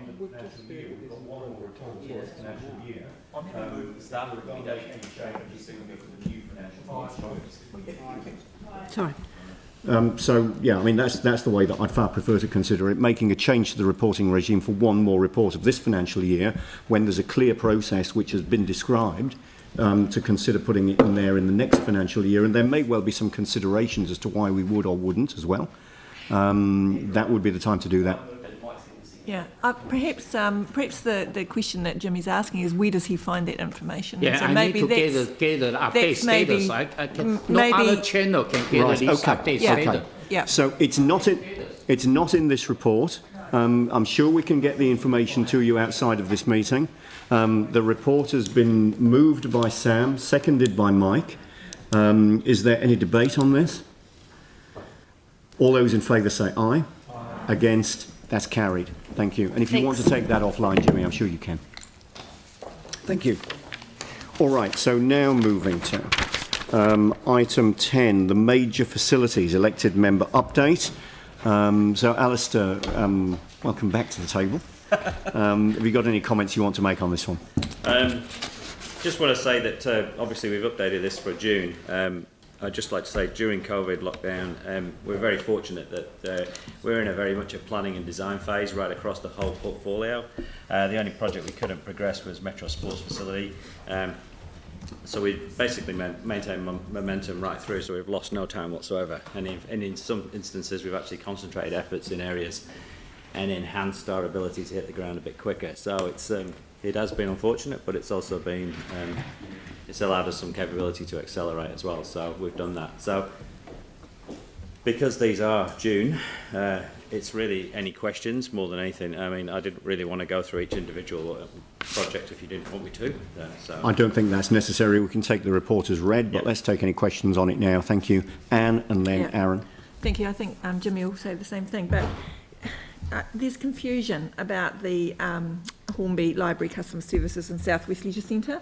People have seen the rephasing of the budget and they are afraid and worried that that will mean that the project is being put back. So can you perhaps give that reassurance in English, in plain English, that people can understand what this rephasing of the budget means, yes, and the fact that reassurance that it's not going to mean a change to the construction date. So initially we have a budget applied to the project, and it is given a indicative forecast. And what happens is when you realise through your concept the actual way and methodology that you would deliver that project, you can then, and you have a cost consultant that's reviewed the delivery and the concept design and how that project would be forecast in cost, then we realign our budget and our forecast to align with that build capability. So that's the reason why the forecast gets changed to suit the actual buildability of the project. And that's the reason. What you're saying is that there are there's only a certain amount of stuff you can do in this time, and so you're not going to need that money for the time being, but you are still going on track. Confirming that it doesn't change the end date or the delivery it doesn't date. change the end date. Thank you. All it's changed is the spend profile. Excellent. Thank you. All right, thank you. Who was next? Aaron. Yeah, so I've just got two questions, two different projects. The first one is the Performing Arts Precinct, given that it was in the discussions with the Capital Acceleration Fund to get it moving, so on and so forth. The construction doesn't start till 2022, and in the timeline here, you've got a design from the middle of this year through to the end of 21. It's like a year and a half to design, when we'd already seen designs like from the Court Theatre and so on and so forth. That we only ever seen concepts. We've never seen a design. You've seen a concept. right, so you got a basic plan that an architect could then start doing all the actual drawings. So then work on a developed and then a detailed design, and that does take time and consultation throughout that process. So does it really take a year and a half to design? We are going to market at the moment with a design and construct, which is a different form of delivery as well. So. Right, so that we might have an update coming that speeds this up? So we're at a point now where we've got a development agreement that sits with RCE at the moment for signature. Right. So we're actually progressing into a more positive delivery date for the whole of the project. Great, that'll be good to see that, because the sooner that gravel pit turns into people on the end of hammers and shovels, I'm hoping we'll be announcing something and putting some signage up soon. Excellent. Excellent. So that's the good one. And then the other one is the multi-use arena. Given that various sectors of our community are starting to flag what they'd like to see as the first events and so on and so forth coming, there's going to be time pressure on that end date of 2024, potentially earlier. But I would once again look at the timeline here, and we've got, starting this year, procure, then the designs after that. A layperson would think that's the wrong way round, that you design and then procure, because you're going out to procure what if it's not designed first? So what, can you just explain that process? Yeah, so we're currently in our enabling phase at the moment, which is accelerated at the moment, and we're moving quite fast through that process. We have already announced a notice to market through GETS that we are coming to the market with an RFP. The RFP is to ensure that we receive interested parties to sit in and basically build this structure under a D&B contract, so a design and build contract, which is then their responsibility to complete the design. Okay. And that's why it sits in procurement first. And to procure a structure, a $473 million structure in that period of time is tight, but achievable. Yeah, and then that brings me on to our procurement for this. Is this going to be likely to be buy local? As with all of our procurement policies, we'll abide by and sit in the sustainability area, and that's like local, supporting local economy.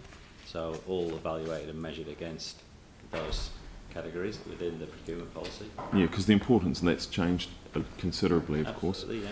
Yeah. And finally, just on the construction and fit out timeline, this is double the amount of time of the Empire State Building. I'll just point out that seems... I couldn't comment. I don't know. Right. Yeah. Health and safety has changed, but we do have hydraulics. Consultation. And consultation. All right, I will thank drop you. that.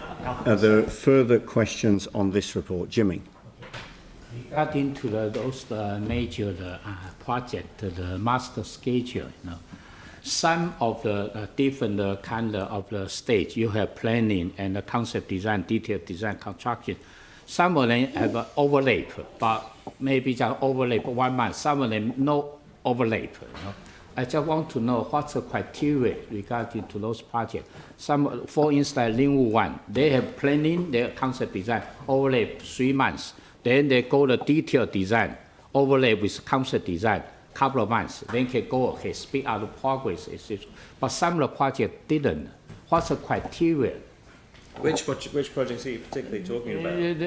You can see Linwood and also in Hornby Library, Southwest Center.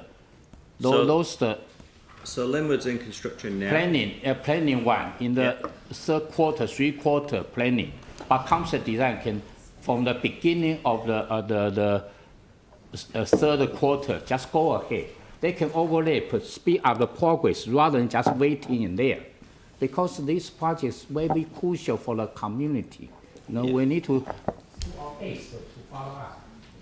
So we follow in most cases, Linwood in particular is a design and build again.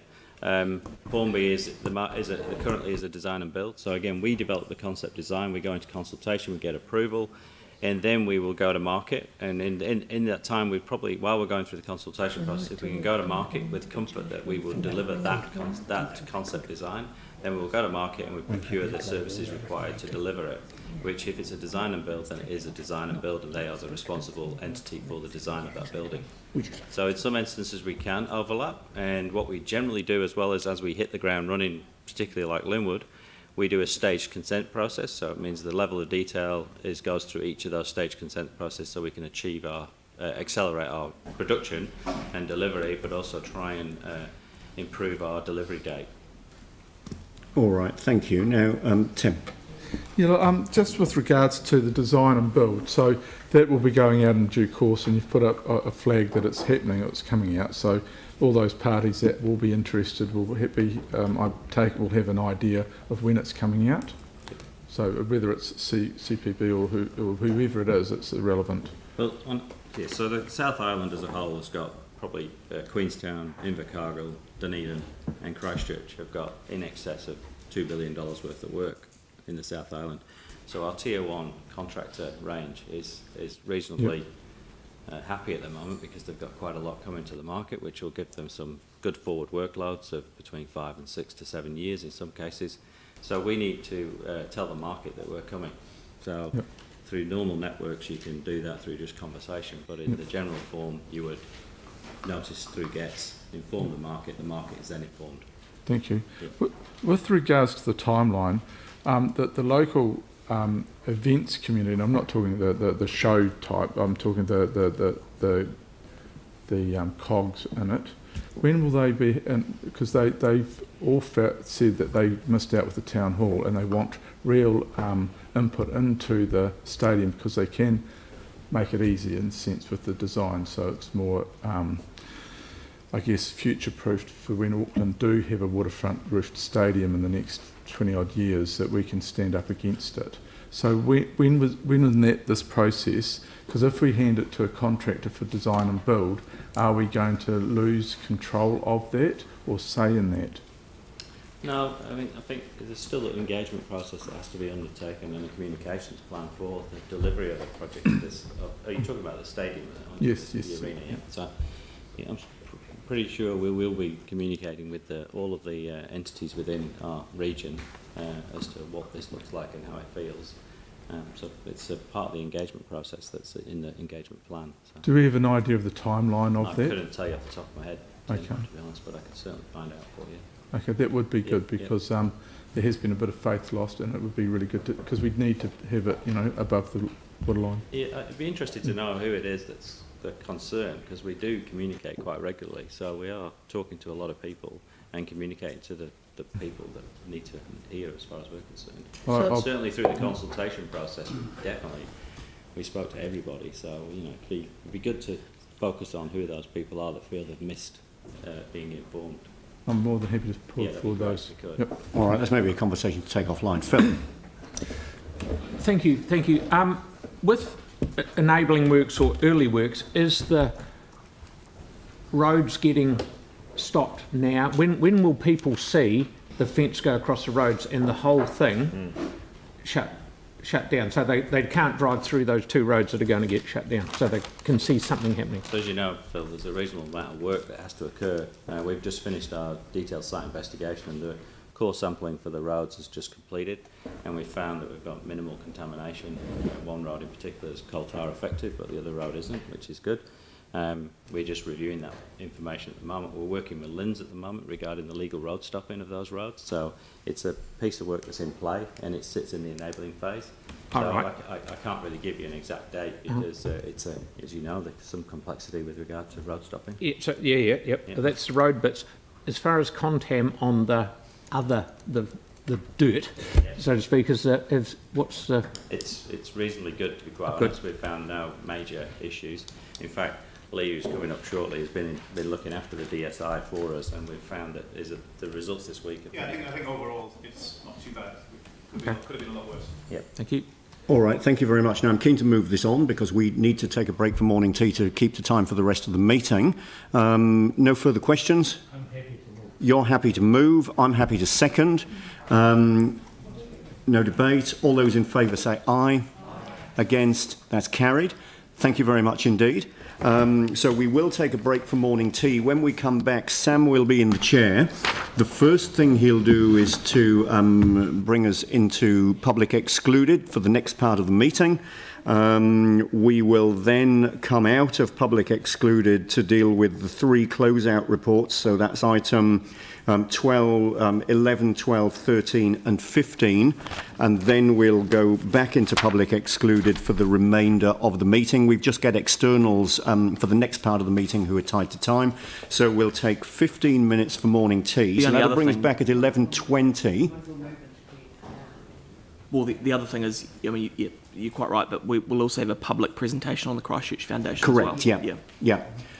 So I'm happy to move the resolution to put us into public excluded now. Sam, you'll second. And then there are externals named, Humphrey Rolleston, Amy Carter, and we've also got, we should have Cynthia Roberts for the Rod Donald Trust on this list as well, Cynthia Roberts. So I'm moving. Sam, you're seconding. Yanni.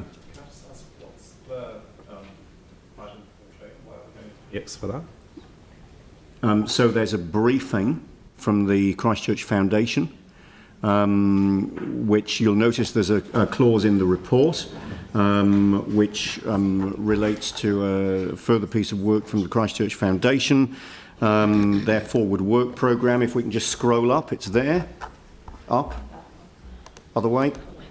Up. There we go. Which contains commercially sensitive information. So this has been moved and seconded. All those in favour say aye. Against? That's carried. So let's break for 15 minutes, which will take us to 11:20, at which time we'll come back with the Rod Donald Trust paper.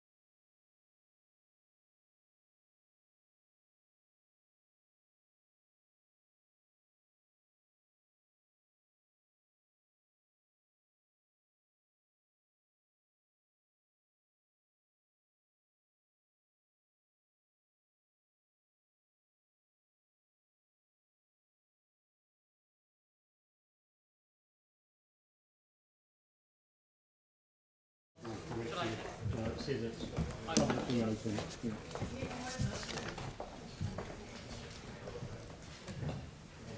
All right, we'll get back underway. So item 14, so this is the public side of the Christchurch Foundation report. Linda, do you want to add anything, or are you happy for Humphrey and Amy to talk through it? Linda should have set the scene there. Thanks, Linda. Great. It's obviously our report for the third quarter of this financial year. I was happy to answer any questions that you may have. I think the key thing to note is that you need to push out operations from funds raised, because they're two quite different items, and what we've done in our reporting to make that clearer for you is to separate those two.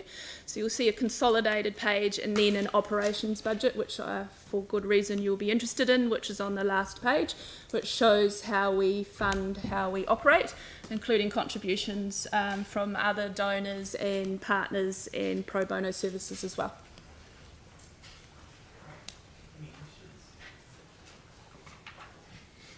Yanni? Yeah. Staff, in terms of the report, can we get a copy of the proposed budget for what was spent last year, or what was asked for and what was agreed for last year and for the year coming up? Because I found it a bit tricky in this report to actually see that transparency of that process. Page 8 shows you that. It shows you the year to date, the 11 months. So the agreement, my understanding is that we were funded for up to $600,000 on a 3-year term, which finished as of the 30th of June this year, and that there was a right of renewal for a further 3 years at that level and a formal review process to be undertaken. So Linda, No, yes, I know what you're saying. Yeah. I get what you're saying, but Linda, can you answer it from a staff point? Just what Amy has said is correct, that the funding went through the LTP for several years, and so we don't get an annual budget.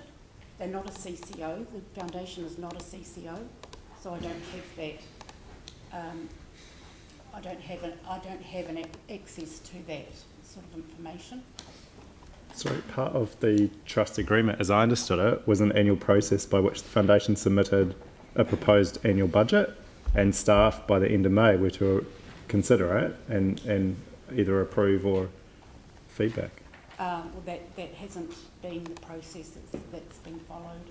Well, is that the correct process? There's no problem in tabling a budget. Yeah. The trustees approved in principle the budget yesterday. Oh, I'm sorry, we're more thinking from a staff point of view. Yeah. So Schedule 1, in terms of support, I'm happy to quote what it says. The amount of support will be agreed upon by Council on an annual basis, following the submission by the Foundation of its proposed annual budget, cash flows and any other relevant documentation which Council reasonably requests to review. The Council will endeavour to report back to the Foundation by the end of May of each year with the intended amount of support for the following year, provided that the Foundation has provided all relevant documentation to Council within the agreed timeframe. So I would have thought for an annual report, what's really important is you actually look at what the proposed annual budget was and what was agreed, and then looked at that. So First of all, I just should start by saying that the Foundation is not a CCO, so it hasn't been part of my work program to date. It was, when it was established, it came through the Office of the Chief Executive, who established it, and the funding was agreed in 2017 through papers to the Council, and it has then been, the budget was put through the LTP, and I can't talk to the whys and wherefores of that. It's only just come to me, and so the process has been that it just has been through the LTP. I haven't had any budgets on an annual basis, but the Foundation is offering to provide us. We have, but the process got slipped in the last year because that was right in the flurry of March 15, but we have provided annual budgets and are happy to do so. Can I get, I've put this question through the officers see repeatedly. I'm a bit puzzled and confused. Can we maybe get something back that clarifies and kind of what the schedule of the agreement was, what's happened or not happened, and what we might need to do to improve it going forward so that we've got clarity? Certainly. Thank you. Great. And there's also the review that I think Mary's Yeah. sort of got someone to do as well. So is there anything you want to add to that, Mary? No, we actually haven't identified a person to do that as yet, but we are starting on it, and I have been in contact with Amy to let her know that we're moving it forward quickly now. Yeah, because I think the plan was for it to be back in time for the annual plan sign-off. That wasn't our understanding. We understood that the annual plans put an amount in at a reduced level, which we'd liaise with Amy about, and then the review was going to take place, but during the year. But we can certainly move that forward more quickly. Yeah, that must be different to my recollection. That's okay. All right, any other questions? No, I've just got a couple, and you know, really good report and stuff. Just in terms of, and I know Amy, you and I talk about this all the time, so it'd be no surprise. The sustainability of the foundation going long term. At what point does it become self-sufficient in terms of, do you have a timeline? And I don't say that because I acknowledge exactly what you're doing, and you're doing a great job. But just, I guess, in terms of from the council's point of view, if we were to stop at the end of the next 3 years, does that leave you in a really awkward position, or will you be comfortable at that point where you can run self-sufficiently by then? We'd like to aim for that. That's our intention. Yeah. To be self-sufficient. Set it as a challenge, Chairman. Oh yeah, well, mine would probably be a lot more ambitious than that. But okay, so it is in your pipeline of work in terms of... It's our priority. Okay. Yeah. All right, and just the other one, and Humphrey, it was something you mentioned earlier on in terms of the UK setup and stuff, and the money coming back. Has there been much money come back through so far, or is that sort of in the really early stages? Early stages.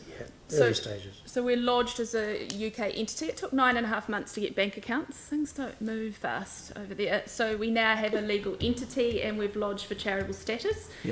Once that happens, we can begin to do that. We've actually got some gifts lined up to facilitate to some other causes within the city, which we're doing as part of our surface offering. But we can't do that till we get the charitable status, because we obviously want to get that additional top up from the Crown to and make it even better for Christchurch. Okay. All right. Yanni. Can I just check, is Rata Foundation contributing anything to your OPEX? And if not, why not? It's an interesting question.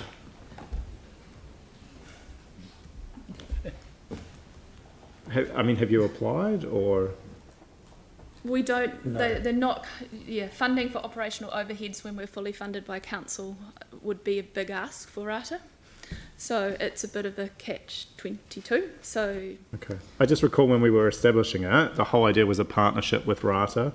we would and I like to think collaborate Notahu. very closely with them, and we've certainly done that on a project Right. basis. But we haven't gone through the process of looking at them funding them. I think it's a logical conversation to have. Right. And just excuse my ignorance, but does Notahu appoint a trustee, or have they, is there any relationship with Notahu in terms of being involved? We've reached out on a number of occasions requesting that and not had a response. So we'll continue to do that. We'd love Notahu to be involved, and the door is most definitely open. Great. Okay, thanks. And so just the last one from me, in terms of the 600,000 each year, obviously you've taken the 10% reduction for the next year, which is great. It'd be rude of me not to ask, is there any more fat in the system that we could save? Candidly, to do that, we'd need to drop ahead. Okay. So therefore we're not running at the same pace. So I think that's a decision that council needs to make on an informed basis. Is that fair, Humphrey? Yeah. Okay. And just the last one, I guess, is going back to that sustainability thing long term. Do you see the funding over the coming years reducing from council, or? Yeah, that's the plan that we're working to. So maybe that would be probably really useful in a briefing if we can kind of get some. We'd really like to discuss that as part of the review process, to look at what's working, what's not, and then look at a staged approach to reducing our funding from council. As you know, we're already looking at alternative ways to cover our operational overheads. That's always been our intention to do so. It's just at what pace. Perfect. Okay, anything else? I'm happy to move that we receive the report, and Jimmy's happy to second it. Any discussion? It's just a little summary document as well, which just gives you the high level. I know we're not reporting at this point on the end of the final quarter, but I thought you'd like to get a feel for where we're at for the financial year. So since we launched... Oh, sorry, Amy, we've already moved and seconded, so it's... Sorry. Yeah, so we're but if you want to circulate it, It's already in your... Yep, perfect. So that's fine. Hey, we'll put that to a vote. So all in favour say aye. Against? That's carried. Thank you both for coming in, and it'd be good to get a briefing on a lot of that stuff. Oh, yeah, I'd love to. Thank really you very appreciate much. it. Cheers. Thank you for your time.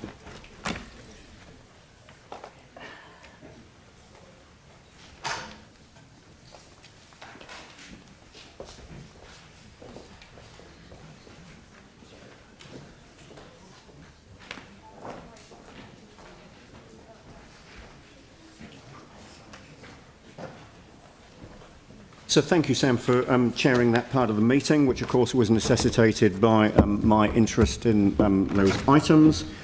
Let's now move back into the remaining open agenda. And item 11, the Major Facilities Project Closeout Report on the Lancaster Park Stadium Deconstruction. So we've got a number of staff coming to the table, and I would welcome introductory remarks on this project, on this report, and we've got Andrew Rutledge here who will be able to talk about other related work on this site. I'm quite keen to acknowledge early on what this report is about and what other work is going on, but which is other work than that which is considered by this report. So yeah, I'd welcome some reasonably detailed remarks as we move into this.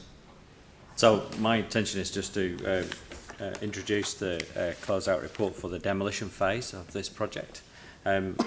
Just noting the fact that Lee will talk to the benefits that have come from the demolition and to date and what we've achieved in demolishing the project. But just a quick quote from the actual project closeout report for the demolition.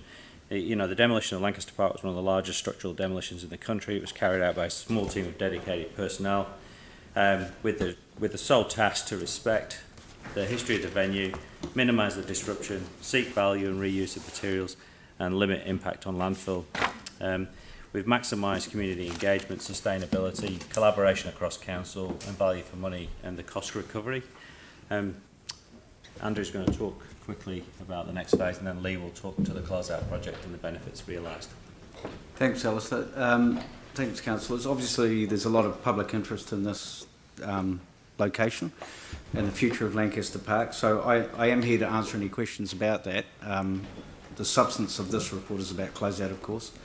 And there will be a detailed report coming to the Sustainability and Resilience Committee, hopefully in the first meeting, which I believe is the 27th of August, that'll look at the future investment opportunities for Lancaster Park. Thank you. So, I mean, I guess the message there is that this item is the closeout report for the deconstruction project.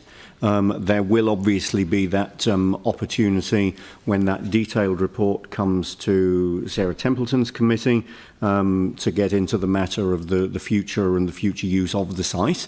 Clearly there's a link between the two, but I welcome the comments that you've made today, really just to focus our minds on the matters that are considered in this report relating to the closeout of the deconstruction, realising that there is a process and that there will be a future conversation to deal with those other matters.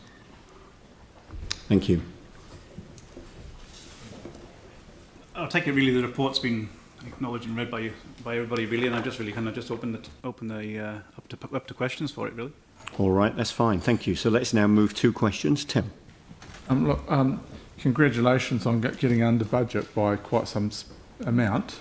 I guess with my V-Base director's hat on and councillor hat on, the money was for demolition. Is there any chance of any money going back to V-Base, or is it going to? No, I would say the money would probably stay on project, to be fair. But the project was demolition. The link that the chair referred to, so there's still work to do on site, and that funding is there to carry on with that work. So we've got ground remediation works that are the link between the two projects that was referred to. There's still the foundations on site as well, which may in part be removed as well. So, but we don't know whether. I mean, if we don't have to move the underground or the foundations, why would we touch them? And I think that's the key for the next stage. Really, is developing what we do, how we do it, and what impact those foundations have. Whether they have a lot of impact, little impact. At the moment, it's best to leave it the way it is at the moment. Yep. Yeah, so full investigations on options has been completed, and it's there are options on how we go forward. And when we get to the market, essentially we're going to put to the market, this is the outcome we need to be able to move forward. They will tell us whether or not we need to remove any or all of those foundations through that process once we've defined the outcome. So the funds that you talk about, the savings, if you like, are to fund that next phase of works.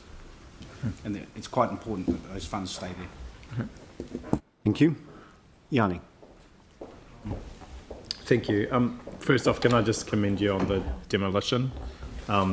As the local councillor for that area, all the concerns about the dust, the noise, the impact on the local community were really mitigated to a huge extent. In fact, I think I had more complaints about the cycleway than I did about the stadium. And when you say that it's one of the biggest demolition projects in New Zealand's history, that's a real testament to the work that you and your team have done. So I just personally want to say, on behalf of that community, a huge thank you, Lee, to you and your team for how you achieved the demolition. The closeout report's really good, but there's one element that I'm struggling to find in the closeout report that really was the purpose of the spatial plan. And so when we agreed to do the spatial plan, it was identified the spatial plan will inform demolition requirements and any potential savings and efficiencies. But I can't see in the closeout report where reference to the spatial plan achieving or not achieving those efficiencies and savings is described. So is there any understanding that we can get around that specific? Yeah, I think the spatial plan definitely gives us a steer. And what the spatial plan did do is reinforce that taking the demolition to this stage was the right thing to do. And as Andrew has spoken to, the next step, the next bit of the puzzle is to figure out what impact those foundations have. So I think what the spatial plan showed us is that, you know, if you have a cricket pitch in the middle and you have some bunding, part of the foundations are covered by bunding. Do you keep some of the foundation? Do you not keep some of the foundation? So I think what the spatial plan was the first step of the thinking of the future, and give us a pretty clear steer that we didn't need to go and spend a lot of money taking the foundations out at this stage without a very, very clear understanding of what the future looked like. I guess that's the thing I'm struggling to kind of just understand is I thought the spatial plan would have identified that so that could be really clear by the time demolition was complete. But rather than spend a lot of time on it today, the closeout report's excellent. It's just missing that section about the benefit or otherwise of the spatial plan in terms of the timing and the cost. And I just wondered maybe if we could get a memo back on that, because I think that's one of the really important lessons to kind of learn in that. The second question really was and I appreciate it's not totally related to this, but it kind of is, in terms of when the detailed landscape plan will be done. So what's the time frame for that landscape plan to be complete? That would, I guess, potentially inform the rest of the demolition.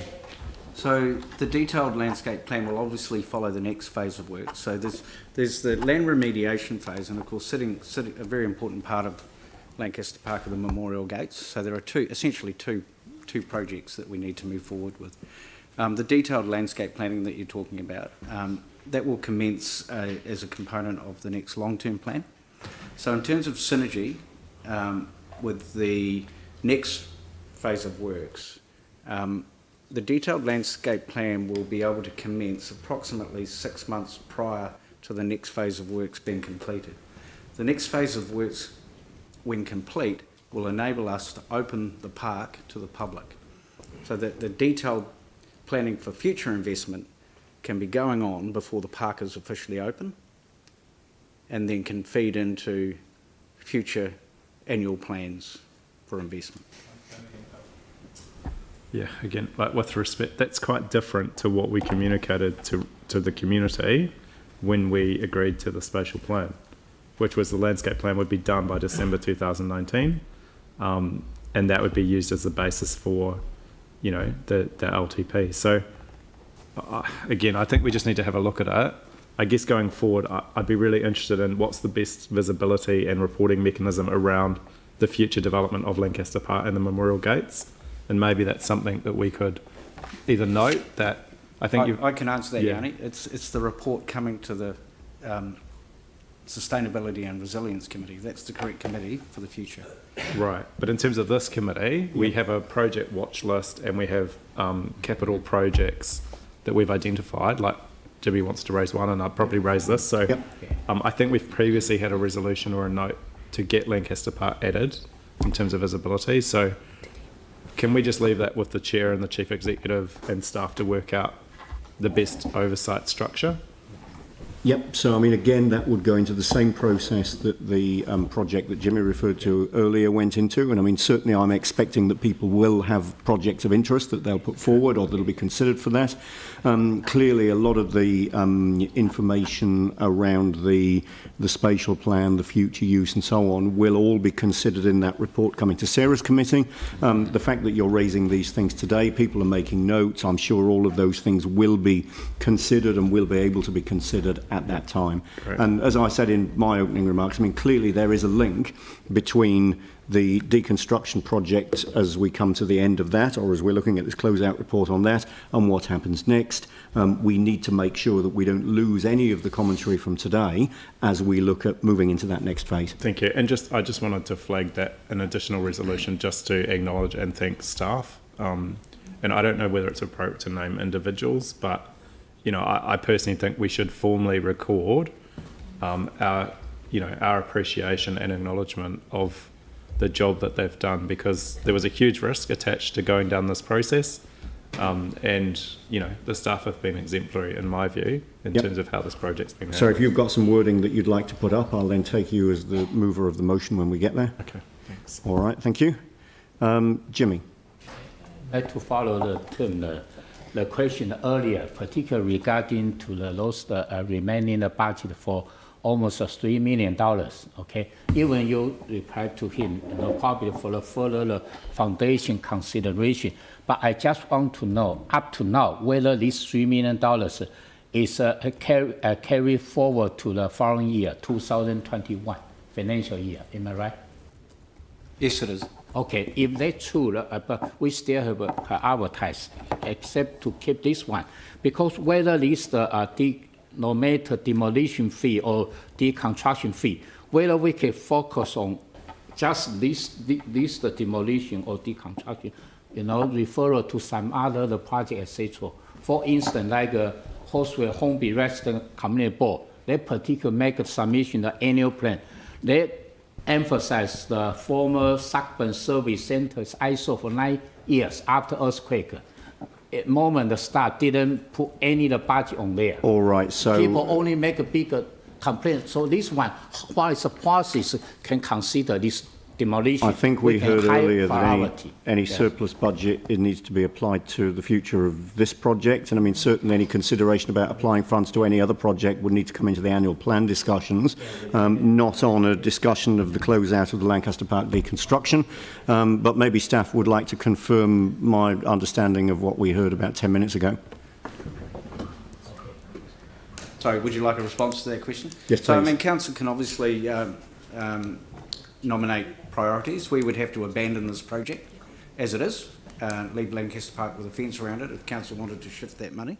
There's no other funding to carry on through the continuation of the full deconstruction and land remediation. So if council were making that decision, the fences will stay up and it will stay as it is. But the recommendation and the expectation is that the funding left over from the demolition will be applied to the future of this site. Absolutely. Yes, I think it's important to remember that whilst the vertical is down, we have not got the site back to a suitable status to return it to the public realm. Yeah, and it alludes to the answer to Tim's question. You know, this isn't funds that are up for grabs for another purpose. This is funds to be applied to this site to ensure a good future for this site. All right. Anne. Yeah, thank you. I just think, you know, we're not very good at acknowledging success, and I think that this is something that obviously a project that has been exemplary in the way that it's been executed. So thank you for the work you've done. And it's a very special place in the people's hearts of Christchurch, so it feels like it's been dealt with a real dignity, which is lovely. And going forward, the memorabilia has been, a lot of it's been rehomed, rehoused. Is there an opportunity for some sort of a display or sort of that people can visit to kind of, you know, look at things? So one of the considerations of the spatial plan was how do we recognise the history associated to the park, and it's you know, it's highly likely that that will be incorporated into the design process as we go forward. Yeah. Great. Thank you. I'll just add something. Canterbury Rugby also do an awful lot of work in that space, so they have staff that record this stuff. They've helped us with, you know, returning a lot of this memorabilia to the right places as well. So there is a group of people within Canterbury Rugby that actually do this sort of work. Okay. So yeah. Terrific. Thank you. All right, thank you. Are there any further questions? All right, so Yanni, you've got some additional wording that you wanted to move? Yeah, I've tried to email it through, but it's basically, I'll just read it and then stuff can... that council formally records its appreciation and acknowledgement of the exemplary efforts and achievements of the project manager, staff and contractors involved in the deconstruction and demolition of Lancaster Park. All right, thank you. So Yanni, you're happy to move resolutions 1 and 2? Yeah, and I just wondered if we could ensure a noting provision around just the closeout learning from the spatial plan informing the demolition, as we discussed previously. So what do you want to note there? Sorry, in the closeout report... So this is a paragraph 3. It was just a note to get a memo back on the efficiencies achieved through the spatial plan and the demolition. Yeah, so note that a memo will be supplied. Yeah. So give us your wording again, Yanni, on that. Oh, sorry. It's just... I'm just keen to capture exactly what it is you want. Yeah. It was just getting the efficiencies realised in the demolition due to the development of a spatial plan as a learning. All right, so supplied on the efficiencies realised in the demolition. Because of the spatial plan. Due to the development of a spatial plan. The development of the spatial plan. Yeah. Memo will be note that a memo will be supplied on the efficiencies realised in the demolition due to the development without the S of the spatial plan. Yeah, and any lessons learned from such. And any learnings from such. And can we not turn it into an essay? And any learnings, that'll do. Okay. So note that a memo. No, that's fine. If we just go back to, note that a memo will be supplied, so we just need to add the word, just the letter A in there. Note that a memo will be supplied on the efficiencies raised in the demolition due to the development of the spatial plan and any learnings. That captures, Yanni, what you're wanting there? Yeah, thank you. So you're happy to move that. Do we have a seconder? Melanie? Great. Any discussion? Well, yeah, I think it's already been said. I will speak to it. Okay, I would imagine so, given that you're moving it. No, I mean, I think what we've got here is clearly a good example of the way that a huge project has been carried out. Comment has been made about the size and complexity of the project, the focus that we've seen on recycling, recovery, reuse, and obviously corresponding cost reductions. Certainly leads to resolution 2 here, and our thanks to everybody that's been involved in what really is an exemplary project. So thank you very much indeed to the team involved. So I'll put the motion. All those in favour say aye. Aye. Against? That's carried. Thank you. Just like to acknowledge the thanks for the council for letting us to take the opportunity to do the project as well, actually. So. Thank you very much. Thank you. All right, so moving on to our next closeout report. This is item 12. So people have been asking what time we're going to break for lunch. Let's just see how long these things take. Because what I don't want to do is to break for lunch to just have to come back for 15 or 20 minutes after a lunch break. So let's just see how we go. Efficiency may be something that pays off here. So item 12. Any opening remarks on this? Well, I just want to comment that this, for those of you who aren't so familiar, is the bank stabilisation project sits in the central Heathcote area. It sits upstream of the dredging project that we're completing downstream, and we have the upstream storage basins.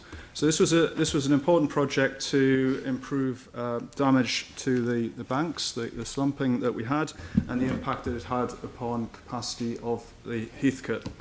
And we've achieved the improvements to the banks, and we've stabilised them, and we've increased the flood capacity, which has reduced the flood risk. And as part of that, we've also delivered some elements of the Mid-Heathcote Linear Master Plan, which is around the amenity aspects of the through landscaping. And one of the things which isn't mentioned in the report, but executive team asked to comment on, was feedback that we've had on this project and the amenity aspects. And I found an article that was completed at the end of stage 1, and it was written by Mike Yardley for the press. And many of you might know Mike Yardley and his views on council. However, if a quote from his article just very briefly, he said, I do want to heap praise on a city council project that has been a sensational suburban success story. And he goes on, I've always enjoyed rambling along the riverside, but this stabilisation project has accentuated the experience immeasurably. Bravo to the council for this masterful project. So I think whilst that was at the end of stage 1, it certainly made the experience walking down the Heathcote more pleasurable. And so whilst much of the benefits of capacity improvements will be lost on most people, they will see the amenity benefits. All right, thank you. So moving to questions, Tim. I'm actually happy to move this if you want to Okay, move it. so we'll note that you're willing to move it. And not so much a question, it's just to say congratulate you, Keith, and your team on the work that you've done. It's just been really good feedback, and any concerns that the community have had, the staff have been onto it very quickly, and actually, although there's a hiccup with COVID, but got out and saw those concerned people as soon as possible. So thank you. Thank you. Any further questions? All right, Sarah. Partly to do with this and partly with the other work that's been done on the Heathcote, we've had significant rainfall over a period of time over the last couple of weeks, and my experience over the last sort of decade has been that that level of rainfall over a period of time would have led to much more in the way of surface flooding along the Heathcote and things, and that hasn't happened this time. And I haven't seen Newsline stories out talking about flooding and those kind of stuff. Do you think that's attributed to the sort of the storage up the top and all of those other kind of things? I do, and we had a sizable rain event towards the end of last year, I think it was, and again, that was something that we would have expected would have resulted in surface flooding, and we didn't see it. What we have is we have 2 storage basins now which are fully operational, and they are taking quite a lot of, we're seeing a lot of benefit coming from them. Our other storage basins are in construction, but they have partial storage capacity within them. So we are seeing the benefit there. And together with the dredging that we've already completed, we can see some downstream benefits there. And certainly the bank stabilisation will have modest benefits in terms of flood protection, but it is removing some bottlenecks, and I think that was really important to do that. And yes, we are seeing benefits already. That's great. It's the large storm that this is all to work together to protect against. The smaller events, the things we've seen, this is just normal winter type events. We shouldn't be suffering from those, to the degree that we have in the past. Yeah, that's great. Thank you. All right, thank you. So I've got Tim moving this. Sarah, you're happy to second? Great. Any debate, any comments? All right, I'll put the motion. All those in favour say aye. Against? That's carried. Thank you. Thanks very much. So now we move on to item 13, the closeout report for the Council Voice Upgrade Project. Now this is further information. This report has already been in front of us some months ago, so this is just responding to a request for further information that came at that time. Is there anything, we'll take the report as read, is there anything to say about this? Thank you, Chair. I'll just make some comments just to recap where we've got to. Presented obviously pre-lockdown. Number of additional questions asked at the time. In order to answer, we've had to go through a lot of archive documents. The people who made the investment decisions have all since departed council, so everything's come out of the TRIM archives. Project objectives: replace past end-of-life system, provide new ways of working, collaboration, digital workplace environment, and de-risk what we currently had at the time. It was originally part of a much larger piece of work. Given the size of the project, it was decided at the time to pull it out as its own project scope and benefits. That also brought it up to a different governance level. As a capital project, it came in under budget by several $100,000. Realised a good number of the benefits as well. And I think during the lockdown period, we set up Skype for Business to thousands of staff within a 2-day period. Delivered all the functionality we originally installed it for. It's now part of the Microsoft suite of products. So Excel, Outlook, Word, etc. Microsoft now owns Skype, and the Microsoft future for it is called Microsoft Teams, that we're currently exploring as well. And I also understand some users in the chamber also trialled other alternatives during lockdown.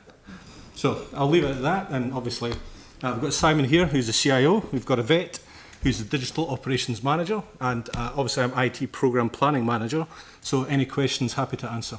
Thank you. And of course, yeah, as you quite rightly say, the big thing that's happened in between first considering this and considering this additional information is that we did have that 7 weeks or whatever it was of level 4 and then level 3, where some of the features that you've referred to really became much more essential than perhaps we'd ever believed that they would be. Yeah, I think it's a fair comment. Yeah. Great, thank you very much. So are there any questions on this? All right, so Yanni? Yeah, I was just reading that we spent all this money and now we're going to go to Microsoft Teams because Microsoft's stopping support. So, I mean, I guess just that short-term nature of a huge investment and we're going to a new system. Was that kind of, that's just an I can answer that 4.5.